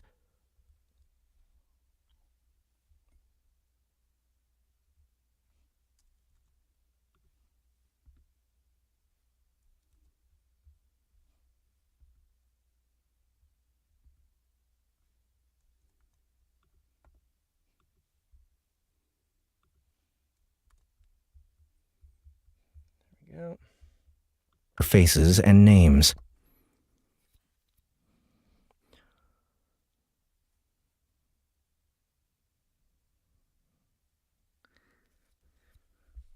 I think this is a new character, Matilda. Oh, shit. New character, Matilda. Anybody remember Matilda from anywhere earlier?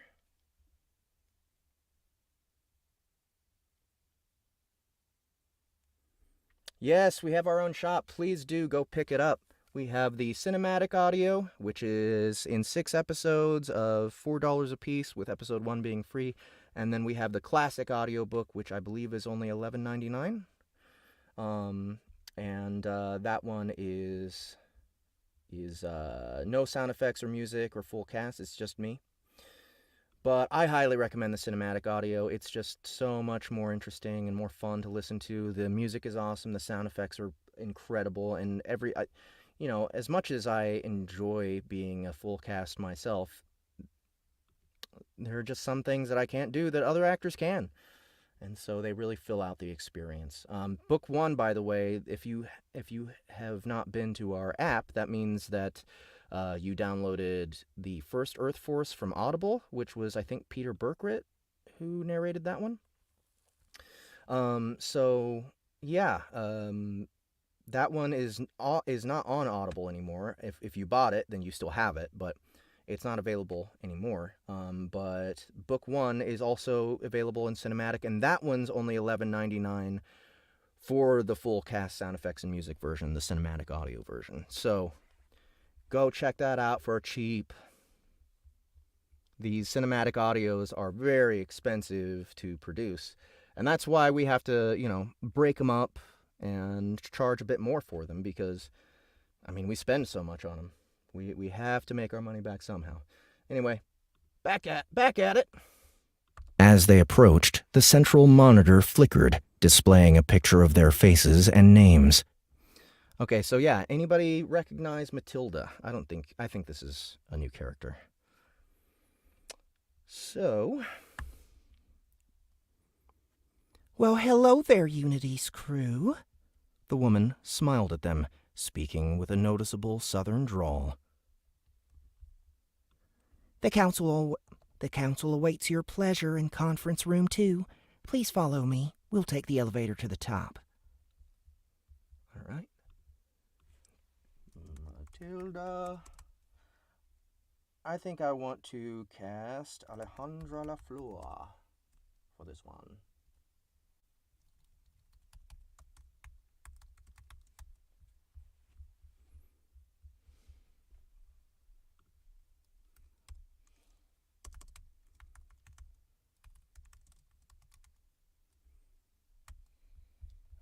see. Southern drawl, let's say friendly. Professional.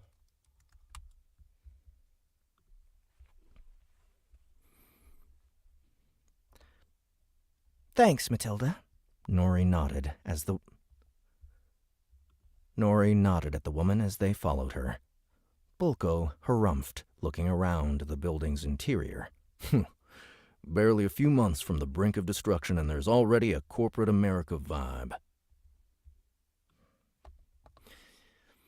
Corporations are good at managing a lot of resources and people, Lana pointed out. but I doubt we're heading that way. Tech-based technology offers a lot of flexibility and tools. I guess utilizing it in any fashion would have similar vibes. Great. So bureaucracy is the undisputed constant in the galaxy. Fan-freaking-tastic. Great. So bureaucracy is the undisputed constant in the galaxy. Fan-freaking-tastic.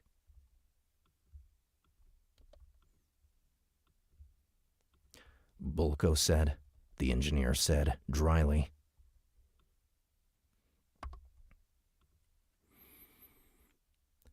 The elevator doors closed behind them. A moment later, with no sense of movement, they opened back again to reveal the top floor. They opened back? They probably should not say opened back. A moment later, with no sense of movement, they opened again to reveal the top floor. Smooth ride, Caddy noted. They've installed weak inertial dampeners. They've installed weak inertial dampeners. Matilda beamed at him.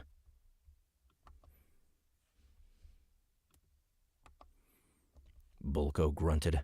Matilda beamed at him. Damn it. Bulko grunted. Matilda beamed at him. We poured a lot of effort into this place. What are you so grumpy about? Caddy asked. This feels like a waste. Haven is doing all right, but there are still plenty of settlements out there that can use every piece of tech we can send their way. I'm sure the council will be interested to hear your opinion, Matilda replied in a soothing tone. It's right through here. Conference room 2. Bulko harumphed again, but, to Lana's surprise, seemed mollified by the woman's words. Caddy lingered back, catching the expert beside her, and lowered her voice. Am I the only one detecting some panda bear vibes from her?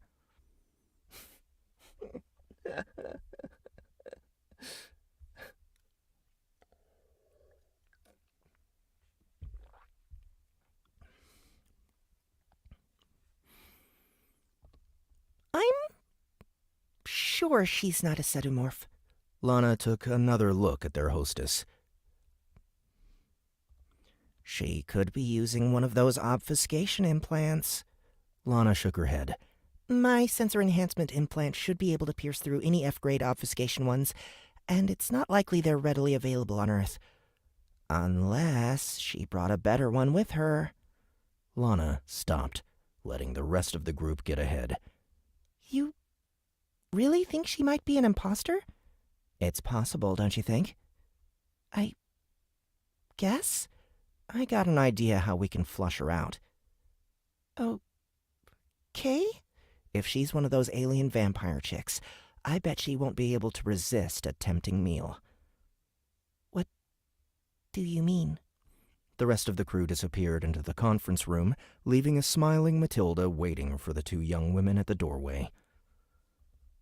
Listen, Caddy whispered in an urgent tone. Just talk to her. Try to make yourself appetizing. If she goes along with it, we'll know she's an alien. I don't know. Don't worry.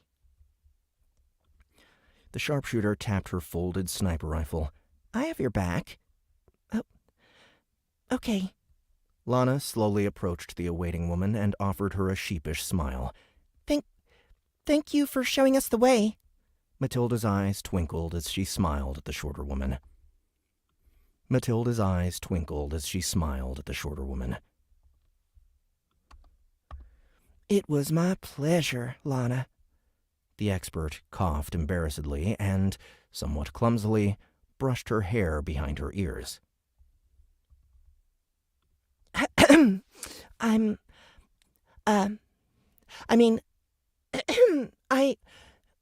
Maybe we can, Matilda's smile grew wider. She raised her hand, brushing a wayward strand off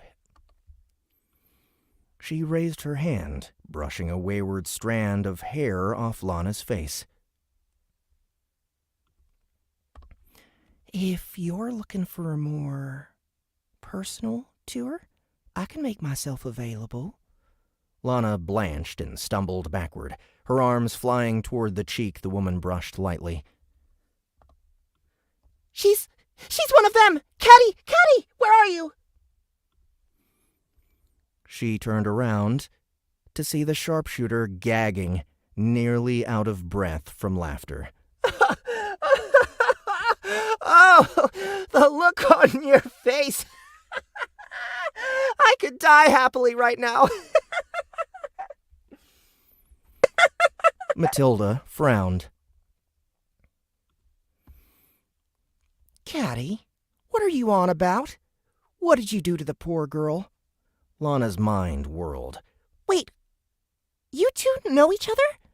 Caddy finally managed to gulp enough air to snort out a laugh.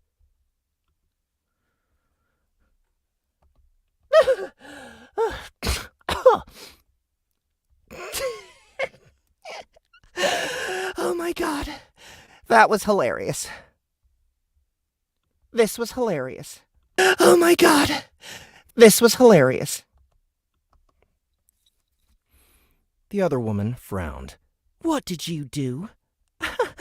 I may or may not have hinted at the possibility of you being an alien sex vampire. They exist, you know. Matilda sighed. Still the same old Caddy. Yes, Lana, we know each other. We used to run together in Martin's old crew. She gave the chuckling woman a reproachful look. If she was half as good with a gun as she thinks she's funny, our warped troubles would have been long over. Hey! I'm freaking hilarious, the sharpshooter protested, wiping off a tear. Sorry, Maddie. I noticed how you looked at Brainiac over here, and I couldn't resist pulling a fast one on her. So... Lana looked between the two of them.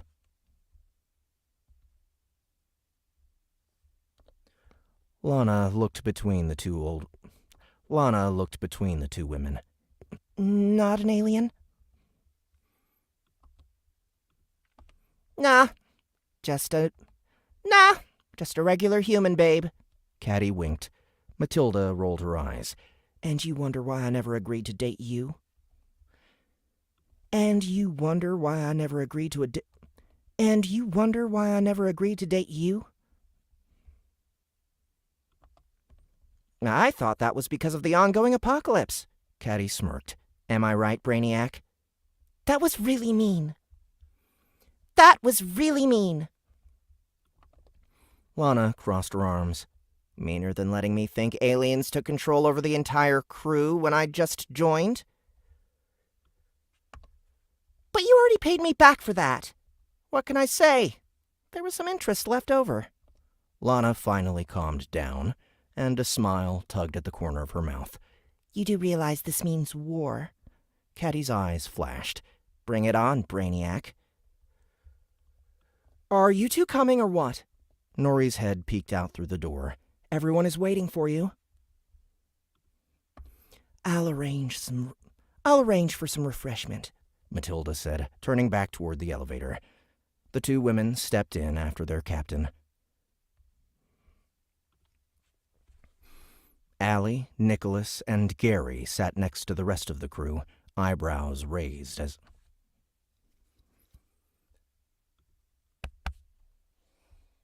Whoops.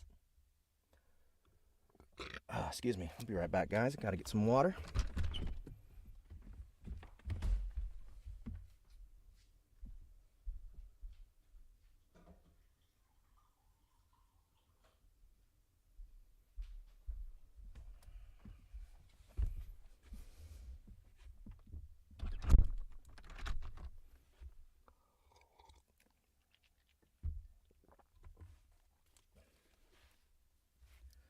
Hey, we're up to 9 people. What's up, guys? Thanks for coming, by the way.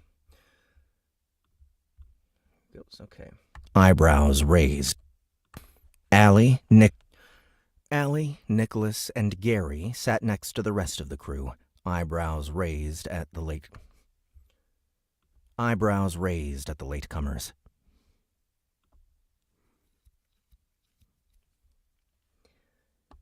Everything is all right? Everything's all right? And we'll, of course, cast this one as Lori.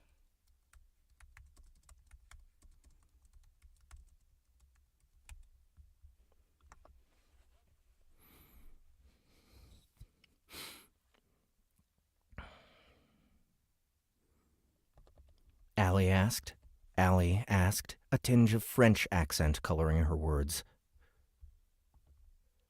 Peachy, council member. Caddy replied jubilantly as she slid into an empty chair. Where's Martin? I'm pretty sure Nicholas was Will.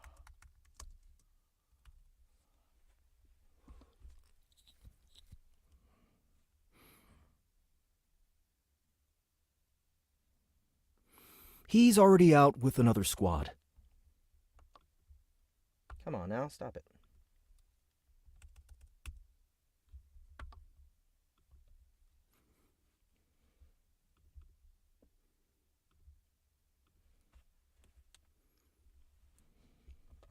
Nicholas replied. Our ex-shelter leader can't seem to be bothered with handling the administrative side of running a faction. He wants to be out there doing the Justicar thing, so he left me to handle the security side of Haven in his place.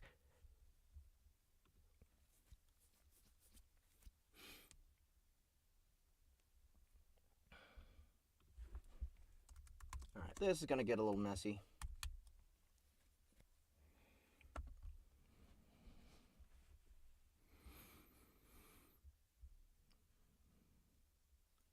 At least you saw some action. Fought the Warped head-on as a part of his team, Gary said. Me? I'm just the guy who picks through the scrap and sees what we can salvage. Don't sell yourself short, man. You're the head of our technical staff. Without you guys, this place wouldn't even have walls right now. We do what we can.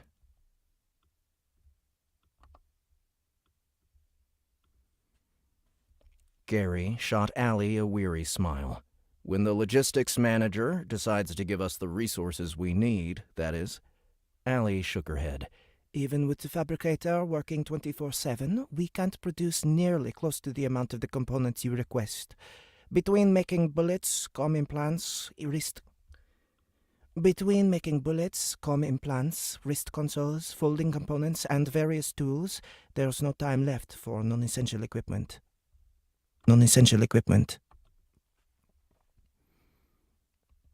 I wouldn't call building up Haven non-essential, Gary pointed out. Allie shook her head. There's also the issue of feeding resources to the machine. Tronium isn't exactly easy to come by, you know, and we already burned through the 60 tons Unity had left us before they went out to the solar system. Tronium isn't exactly easy to come by, you know, and we already burned through the 60 tons Unity had left us before they went out of the solar system. What about the excavation drones we left behind? Nori asked. Allie nodded. They're a big help getting the raw resources required to make tronium, and they're a big help getting the raw resources required to make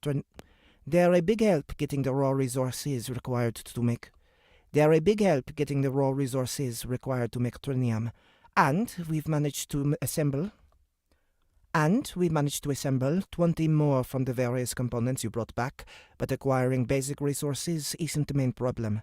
There's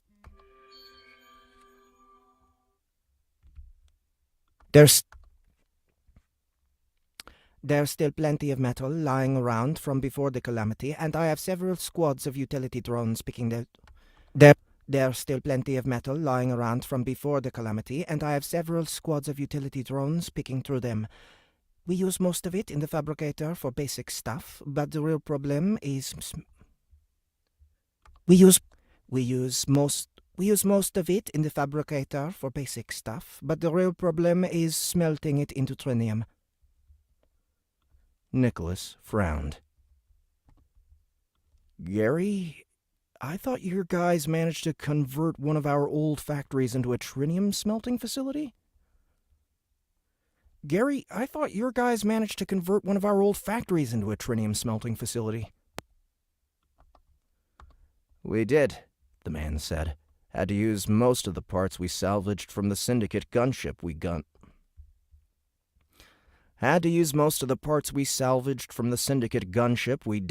to do that, though.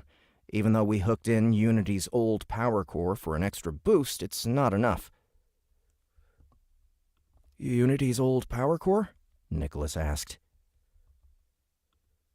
Yeah, Nori replied. the gunship had a grade D power core that was superior to our old F-rank one. We replaced it and left our old one behind. At the time, F grade seemed more than enough for the settlement's needs. And it is, Ellie said. Nope. Allie said. It runs the foundry, and a few other smaller facilities quite well. It runs the foundry, and a few other smaller facilities quite well, but it's no longer enough. With the stock of trinium you left behind exhausted, we are not producing enough on our own to fully engage the fabricator with... With the stock of trinium you left behind exhausted, we are not producing enough on our own to fully engage the fabricator with it. That hurts our ability to improve ourselves and help other survivors out there. We need to increase trinium production. What about the weekly shipments we receive from the Hammerhead?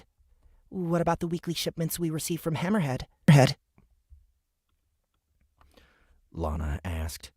Allie shook her head. I'm using a lot of manpower to fully stock these ships with aluminum to sell back at the station, and I don't know how long we can keep at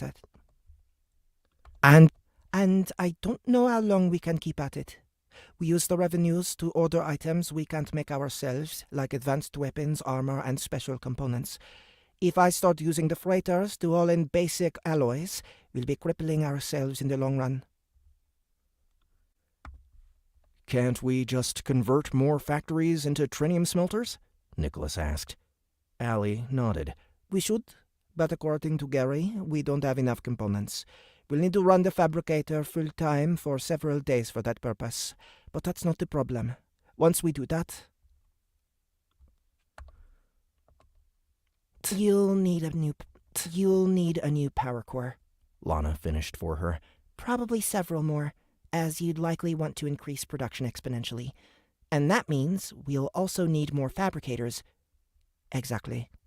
Allie offered the younger woman an acknowledging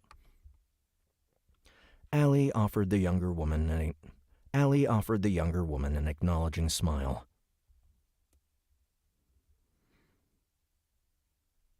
I don't know who that's supposed to be. I'm going to guess it's Dory or Lana. We can order in those parts instead of the usual shipments. We can't do that, Nicholas protested. Excuse me. Nicholas protested.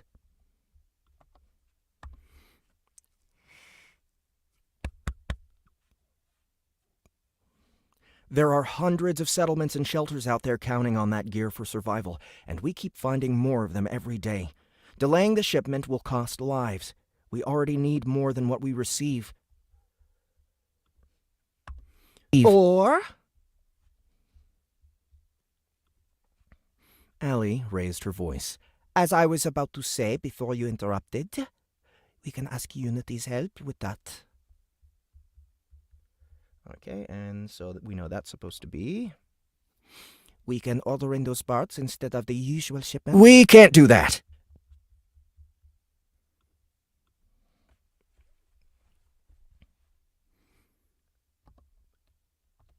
Oh. Gary nodded. I'm afraid that's our best option.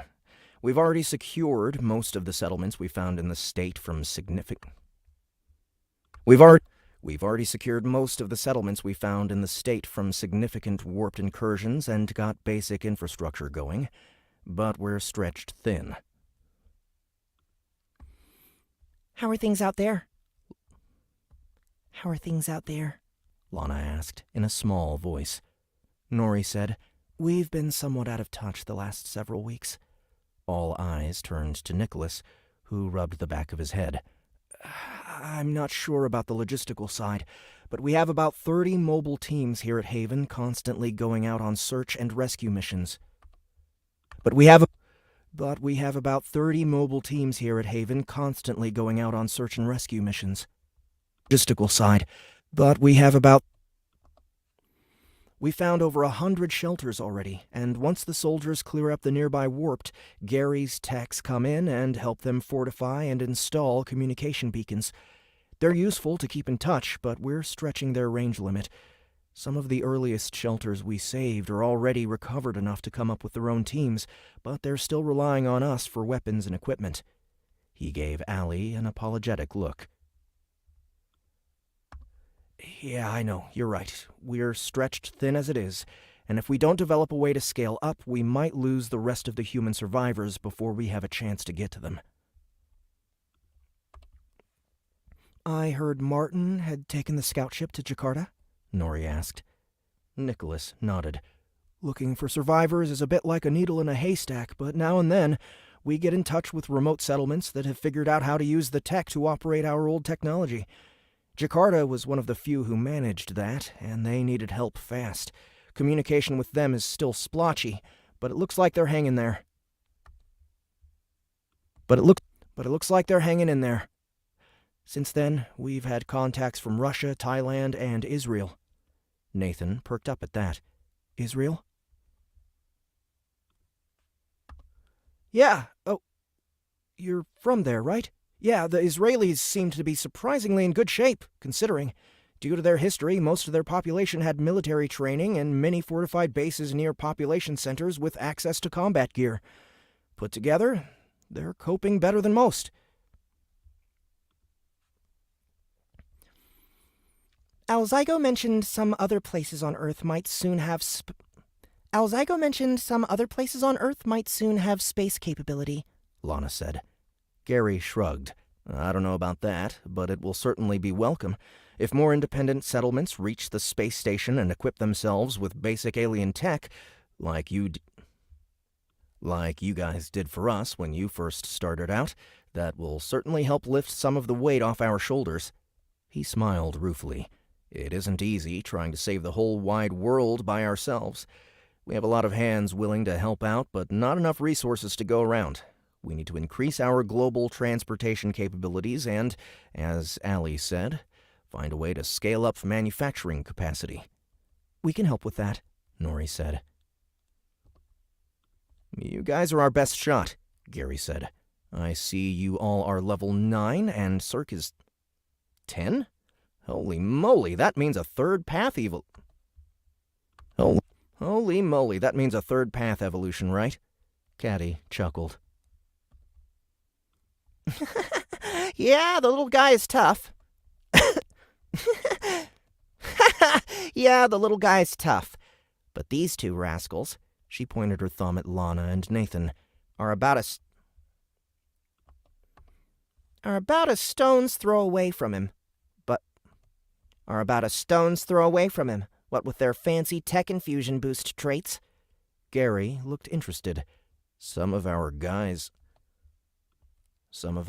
took that trait. It gets them a few more tech out of kills, but it doesn't seem significant enough to be game-changing. Some of our Some of our guys took that trait. It gets them a few more tech out of kills, but it doesn't seem significant enough to be game-changing. The guys with the level suppression trait seem more satisfied as they can wield weapons above their pay grade.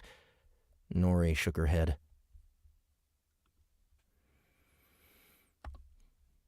The guys with the level suppression traits seem more satisfied as they can wield weapons above their pay grade. Nori shook her head. The infusion boost trait would become more noticeable on higher levels. I'd say the level suppression trait is more useful for the average low to mid-level population. As it is, Lana and Nathan are just about ready to make it to level 10, while the rest of us still need about 200 tech to get there.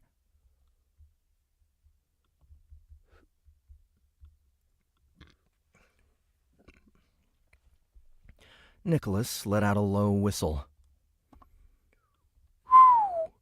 Damn, that's 200,000 in Pytech. If we tried using cash to level up our people instead of relying on tech extracted from the warped, it would have put a huge hole in our budget. That much money is no joke. We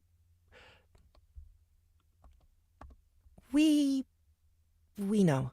It didn't feel right to level up so much for ourselves while the rest of the Earth Force, and humanity as a whole, are so far behind, Lana said. We could have allotted more of our share of the tech to the Earth Force. Nicholas shook his head. I disagree. As Earth Force's most elite team, you need to push for those high levels, leading the rest of us to new heights. We will, Nori said. I think we're at a point where we can help more by getting back out there, finding traders willing to strike a deal for a large purchase, or search for new possible allies. Once we get back up there, we'll have plenty of opportunities to level up. Allie shook her head. As welcome as that will be, it still won't be enough. As welcome as that will be, it still won't be enough.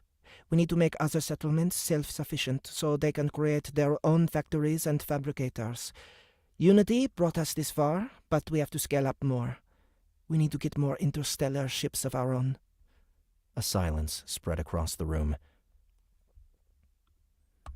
That's ambitious, Allie, Gary said. Can we afford it? In the last 2 months? In the last 2 months, with the hunters out there culling the warped and our elites taking down broodmothers and their hordes, we've collected almost 2 million Pytech, Allie said, raising a tear-shaped crystal in her hand. As always, the crystallized form of the Pytech looked the same, regardless of the amount it stored. May I speak? Everyone turned to regard the green alien. Go ahead, Zerk, Allie said. I do not intend to shoot your hopes down, but that amount of money would barely be enough to buy a basic model of a ship with no tunnel drive capabilities. Hardly better than Unity's original design. A simple Gretka C9 freighter.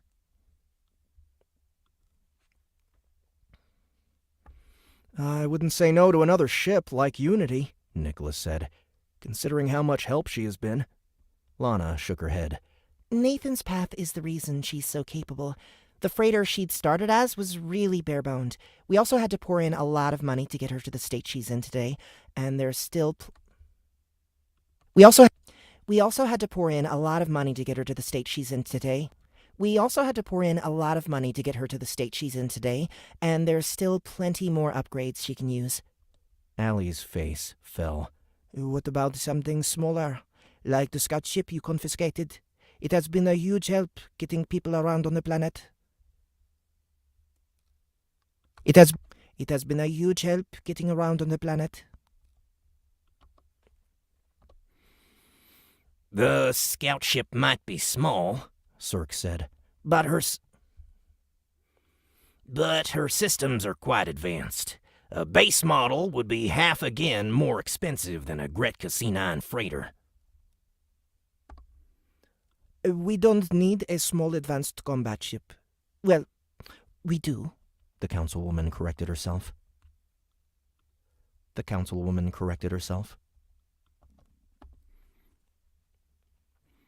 But something cheap and mobile that lets us quickly ferry people and resources around the globe and run deliveries from the space station would be much more cost-effective for us at the moment. I suppose that's more doable, Nori said. We'll keep an eye out for basic affordable shuttles. I'm already picturing a sleazy used spaceship salesman, Bulko grunted, with a placid smile as he sells us a crumbling space junk. With a placid smile as he sells us a piece of crumbling space junk. With a placid smile as he sells us a... With a placid smile as he sells us a piece of crumbling space junk. Even a space junk ship would be a huge help, as long as it works, Ali said. We need to increase our ability to reach out to more survivors, and we must be able to expand our resources. We need to increase our ability to reach out to more survivors, and we must be able to expand our resource deliveries as well. Thank you, Lazy. Love you too.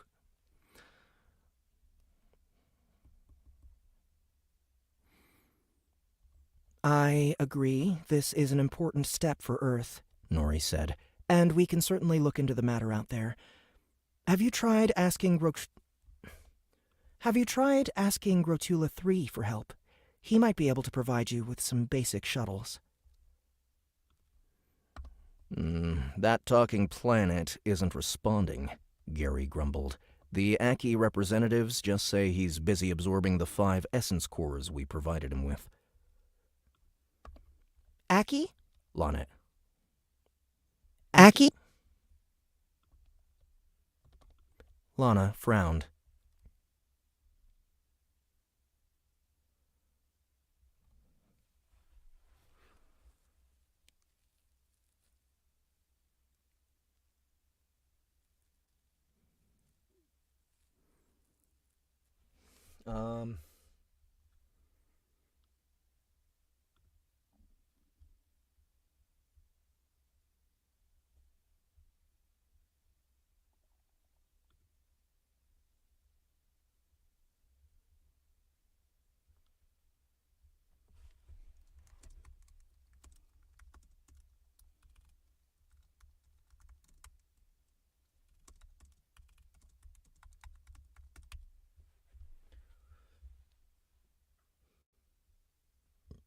Let's see. Okay, so he's making a pronunciation joke here. And I don't know.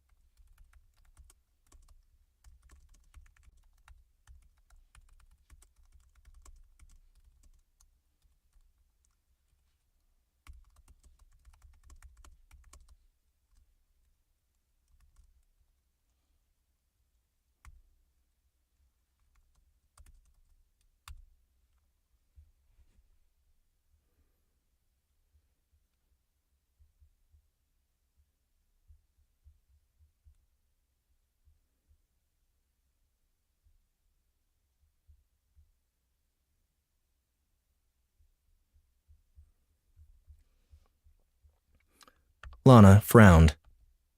Aki? The Aki representatives just say he's busy absorbing the 5 essence cores we provided him with. Aki? Aki? Aki? Lana frowned. You mean Aki, right?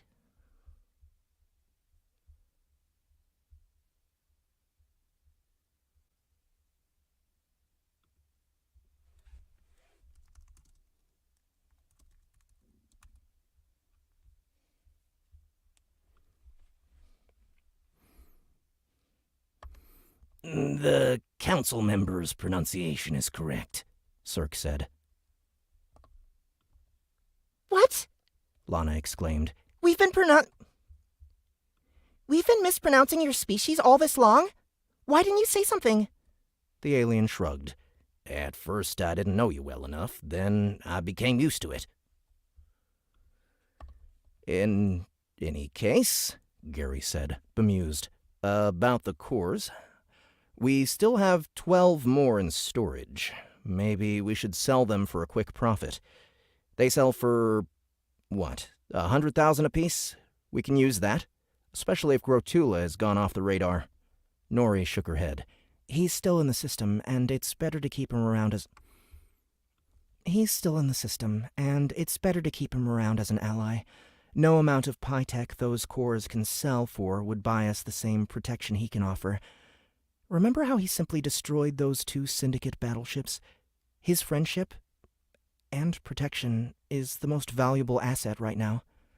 Bulko, who had been quiet up until now, banged his fists on the table, drawing all eyes to him. Y'all are worrying over the wrong issues. Shipments, ships, friendly aliens, it's all useless when it comes down to what's hanging over our heads. Or y'all forget about the freaking alien scumbag that infused the planet who goes by the Eater of Worlds.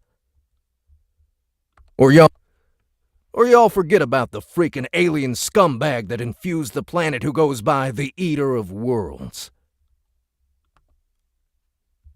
Heads. Or y'all forget about the Bulko, Nori warned. But the large man just slammed his fists down again. No, damn it! I want to know what we're doing. No, damn it! I want to know what we're doing to prepare for the bastard. Because of that asshole, humanity stands on the brink. He swiped his gaze across the table. And make no mistake, things might be looking up in our small corner of the world, but out there, the warped rule, driving those less lucky to extinction. The 6 broodmothers we took down this week are a drop in the bucket compared to The 6 broodmothers we took down this week are a drop in the bucket compared to what's still out there. Hell, 1,000 new queens were probably born during that time. and that's why it's vital that we... Allie started. You don't get it, Council Lady. These monsters, out there, they're considered a freaking valuable resource. Earth is just about the richest hunting ground there is. If you think a big bad alien who calls himself Eater of Worlds hadn't planned on that to happen, you're a fool. What good are a few ships or more factories when we got that waiting down the line? The Executioner's hatchet is hanging over our necks, and it's about to drop. Probably sooner than we think. A heavy silence spread over the room at the large man's words. Bulko's right, Nori spoke up after several tense moments. We need to get out there. Look for ways to defend ourselves, or make connections with powerful allies for protection. Bulko shook his head. Just hearing a system lord is involved was enough to get our planetoid ally to wet his pants. It's gonna have to be up to us to come up with a solution or a miracle. It's gonna have to be up to us to come up with a solution. It's gonna have to be up to us to come up with a solution or a miracle. And it's gotta be now. You have a point, Nori said. But Allie is right too, Bulko. It won't matter if we manage to find a way to protect ourselves from him if the rest of humanity falls apart at the seams. She looked at the council members. We should get in touch with Diamond, see if he found anything new on the Eater we can use. I think it's time for us to head back to space. Nicholas said. Your help in taking down the Broodmothers was immense. We've secured a vast stretch of land that we can defend with our current forces, and the tech and Pytech we gathered was a huge boon to the Earth Force faction as a whole. Yeah, I wondered about that, Caddy spoke up. Where did all the tech we harvested from the Broodmothers and their ugly kids go? I barely got 5 tech out of every battle. Mama still needs a couple of hundred more to reach level 10. 5 tech out of every battle. Mama still 5 tech out of every battle. Mama still needs a couple of hundred more to reach level 10. Lana looked at the sharpshooter. We talked about it in our last meeting, don't you remember? You mean the one that stretched so long? You mean the one that stretched so long we had to take lunch and dinner breaks before we finished? Of course I remember. Perfectly. Every last single boring detail. The corner of Nori's mouth twitched. Since the Earth Force finally has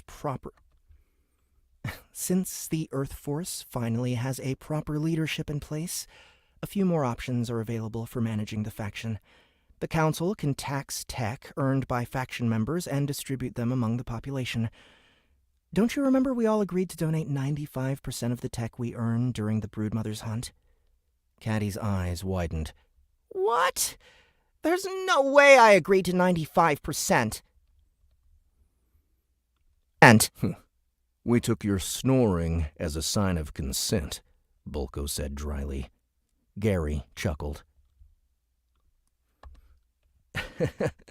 Thanks to your recent forays, Earth Force received a huge amount of tech we could divert to crucial personnel. At level 5, all my paths evolved to become so much more useful. It took only 10 guys to build up this entire facility. He waved around the room. Us lowly non-combatants wouldn't be able to level up without your help. The head technician looked around the table. But I think I speak for all of us when I say it's time for the faction to invest in Unity's crew. We need you to level up and spearhead the rest of us. The sharpshooter still seemed to be struggling. But 95%? Let it go, Caddy, Nori said, looking at Allie. We'll make arrangements to leave tomorrow. Can you summarize what is most needed here? What's the highest priority? Allie waved a hand over her wrist, activating her console. With a few clicks, a hollow monitor appeared at the edge of the conference table, displaying several diagrams. Currently, we're mostly using the fabricator to produce comm implants for the new survivors we find, as well as components for radio towers to connect our settlements and new power cells for the energy rifles we're importing. As you know, the Mark 1 fabricator you bought for us can't make anything more complicated than a zapper, and those aren't too helpful against the warped. Every spare minute of fabricator time beyond that goes to manufacturing folding technology components we use for everything from building walls to outposts. In order to exponentially increase manufacturing, we need... Give me a second to order them by priority. She tapped her wrist console a few times, and a list appeared on the monitor.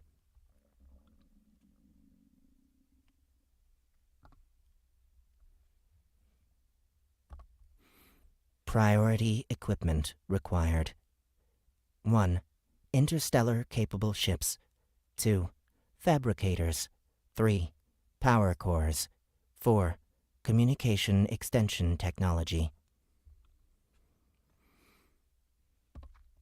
Communication extension technology? Lana asked. Allie nodded. Communication and cooperation are almost as important as firepower nowadays. We find it harder and harder to keep in touch with farther population pockets. The simple communication boosters we came up with are not up for the task.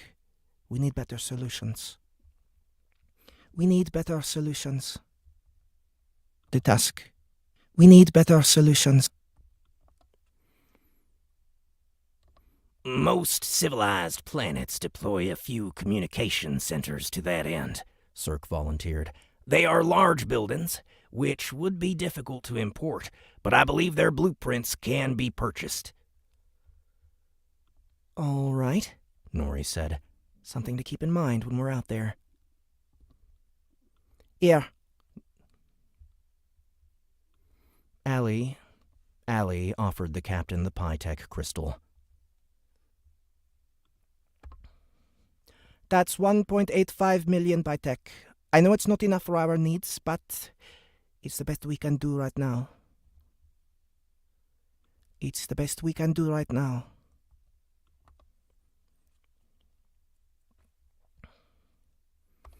Don't worry about it. Nori interrupted, accepting the gem. We went out with less before. We can find ways to dig up more money. Literally, Nathan smiled. Unity is a mining ship. Is there anything else we need to discuss? Nori asked. Not really, Nicholas said. We're low on resources for further expansion, which is the main issue, but we're fairly secured against the warped in the territories we've helped liberate. Those alien mercenaries you recruited are a huge help with that.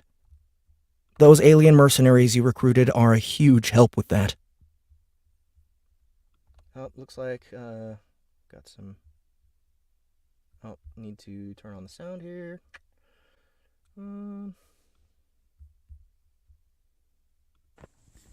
Akai. Akai. Oh, okay.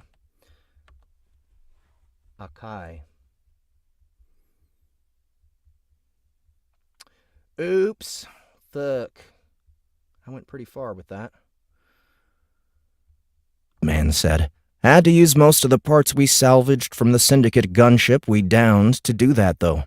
Even though we hooked in Unity's old power core for... Israel? Yeah. May I speak? Not intend to shoot. A scout ship might be small. The council members... The Aki representatives just say he's busy absorbing the 5 essence cores we provided him with. Oh, shit. Okay. I'll mark that for later. I have got to finish up this chapter because I have an appointment at 2:30. Those alien mercenaries you recruited are a huge help with that.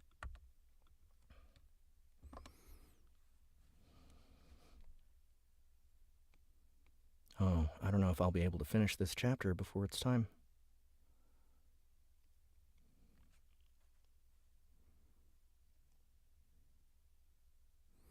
Those alien mercenaries you recruited are a huge help with that.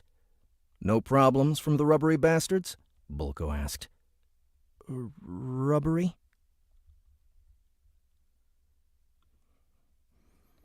Have you seen the Enthidlon's face? Looks like someone glued rubber bands to them.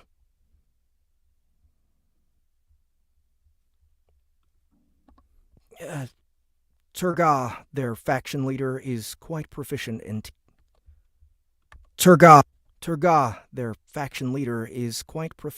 keeping the rest of them in check.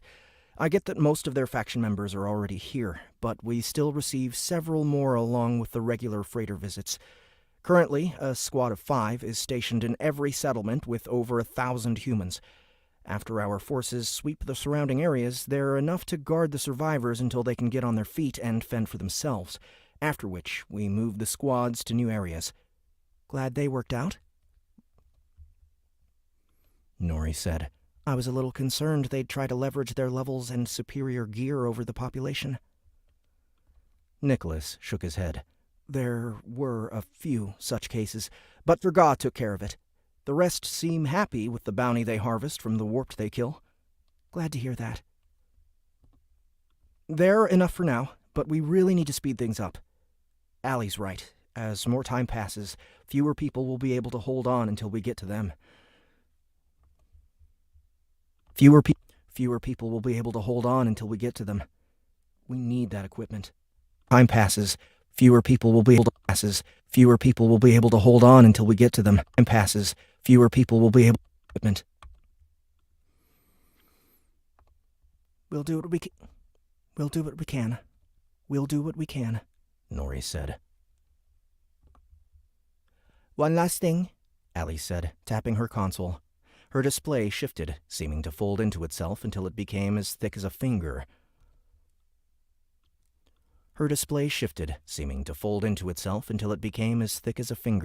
Which she then flicked over toward Nori's wrist. I've sent a data burst to your console, she explained. It contains most of the information we've just discussed, as well as a few more general reports. It contains most of the information we've just discussed, as well as a few more general reports about the Earth Force in general. Please deliver it to Diamond. Please deliver it to Diamond at Hammerhead Station when you get there.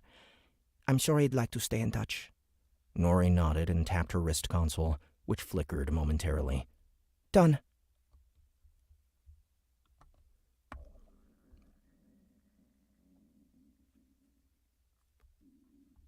What's done? What's done? I just sent him the message. Nori raised an eyebrow at the uncomprehending stare. I got a master wrist console. It comes with Galactic Network accessibility. You didn't know that? No, Allie said with an exasperated sigh. I had no idea that staying in touch with the rest of the galaxy can be easily reached in the palm of your, wrist. It is not a powerful communication module, Cirque explained. The master unit's main use is to maintain a connection to one's global account and allow sending and receiving simple messages. Think about it like our old SMS messages, Lana added. You need a broadcast center to facilitate broadband communication between star systems. The equivalent of your old internet, I believe.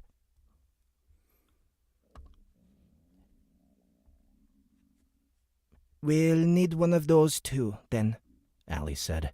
But even limited, I think acquiring some master wrist consoles in the interim is a good idea.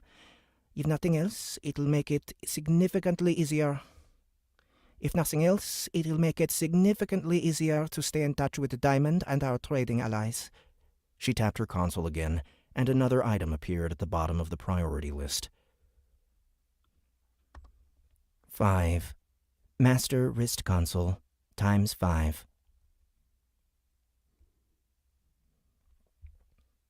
All right, guys, I have to get going. Thank you so much one more time for coming to hang out with me. Hope you guys had a good time. Watch out for tomorrow, starting again at noon and going for as long as I can, probably another 2 hours. Only made it through 24 pages today, but let's see, what is 30%? 30% is going to be, 45 pages per 10%, so 135 pages is what I'm hoping to get through for the rest of the week. So hopefully I can do that. But yeah, thank you so much, guys, for coming and hanging once again. Check the description below for all the links that you need to pick up the Earth Force and Earth Force 2 cinematic audio versions, all available at soundbooththeater.com. And also, Shemer's got a Patreon, so go check that out as well. The link is also in the description below. Until tomorrow, thank you guys one more time. Please like this video, subscribe to our channel if you enjoyed it, and have a nice day.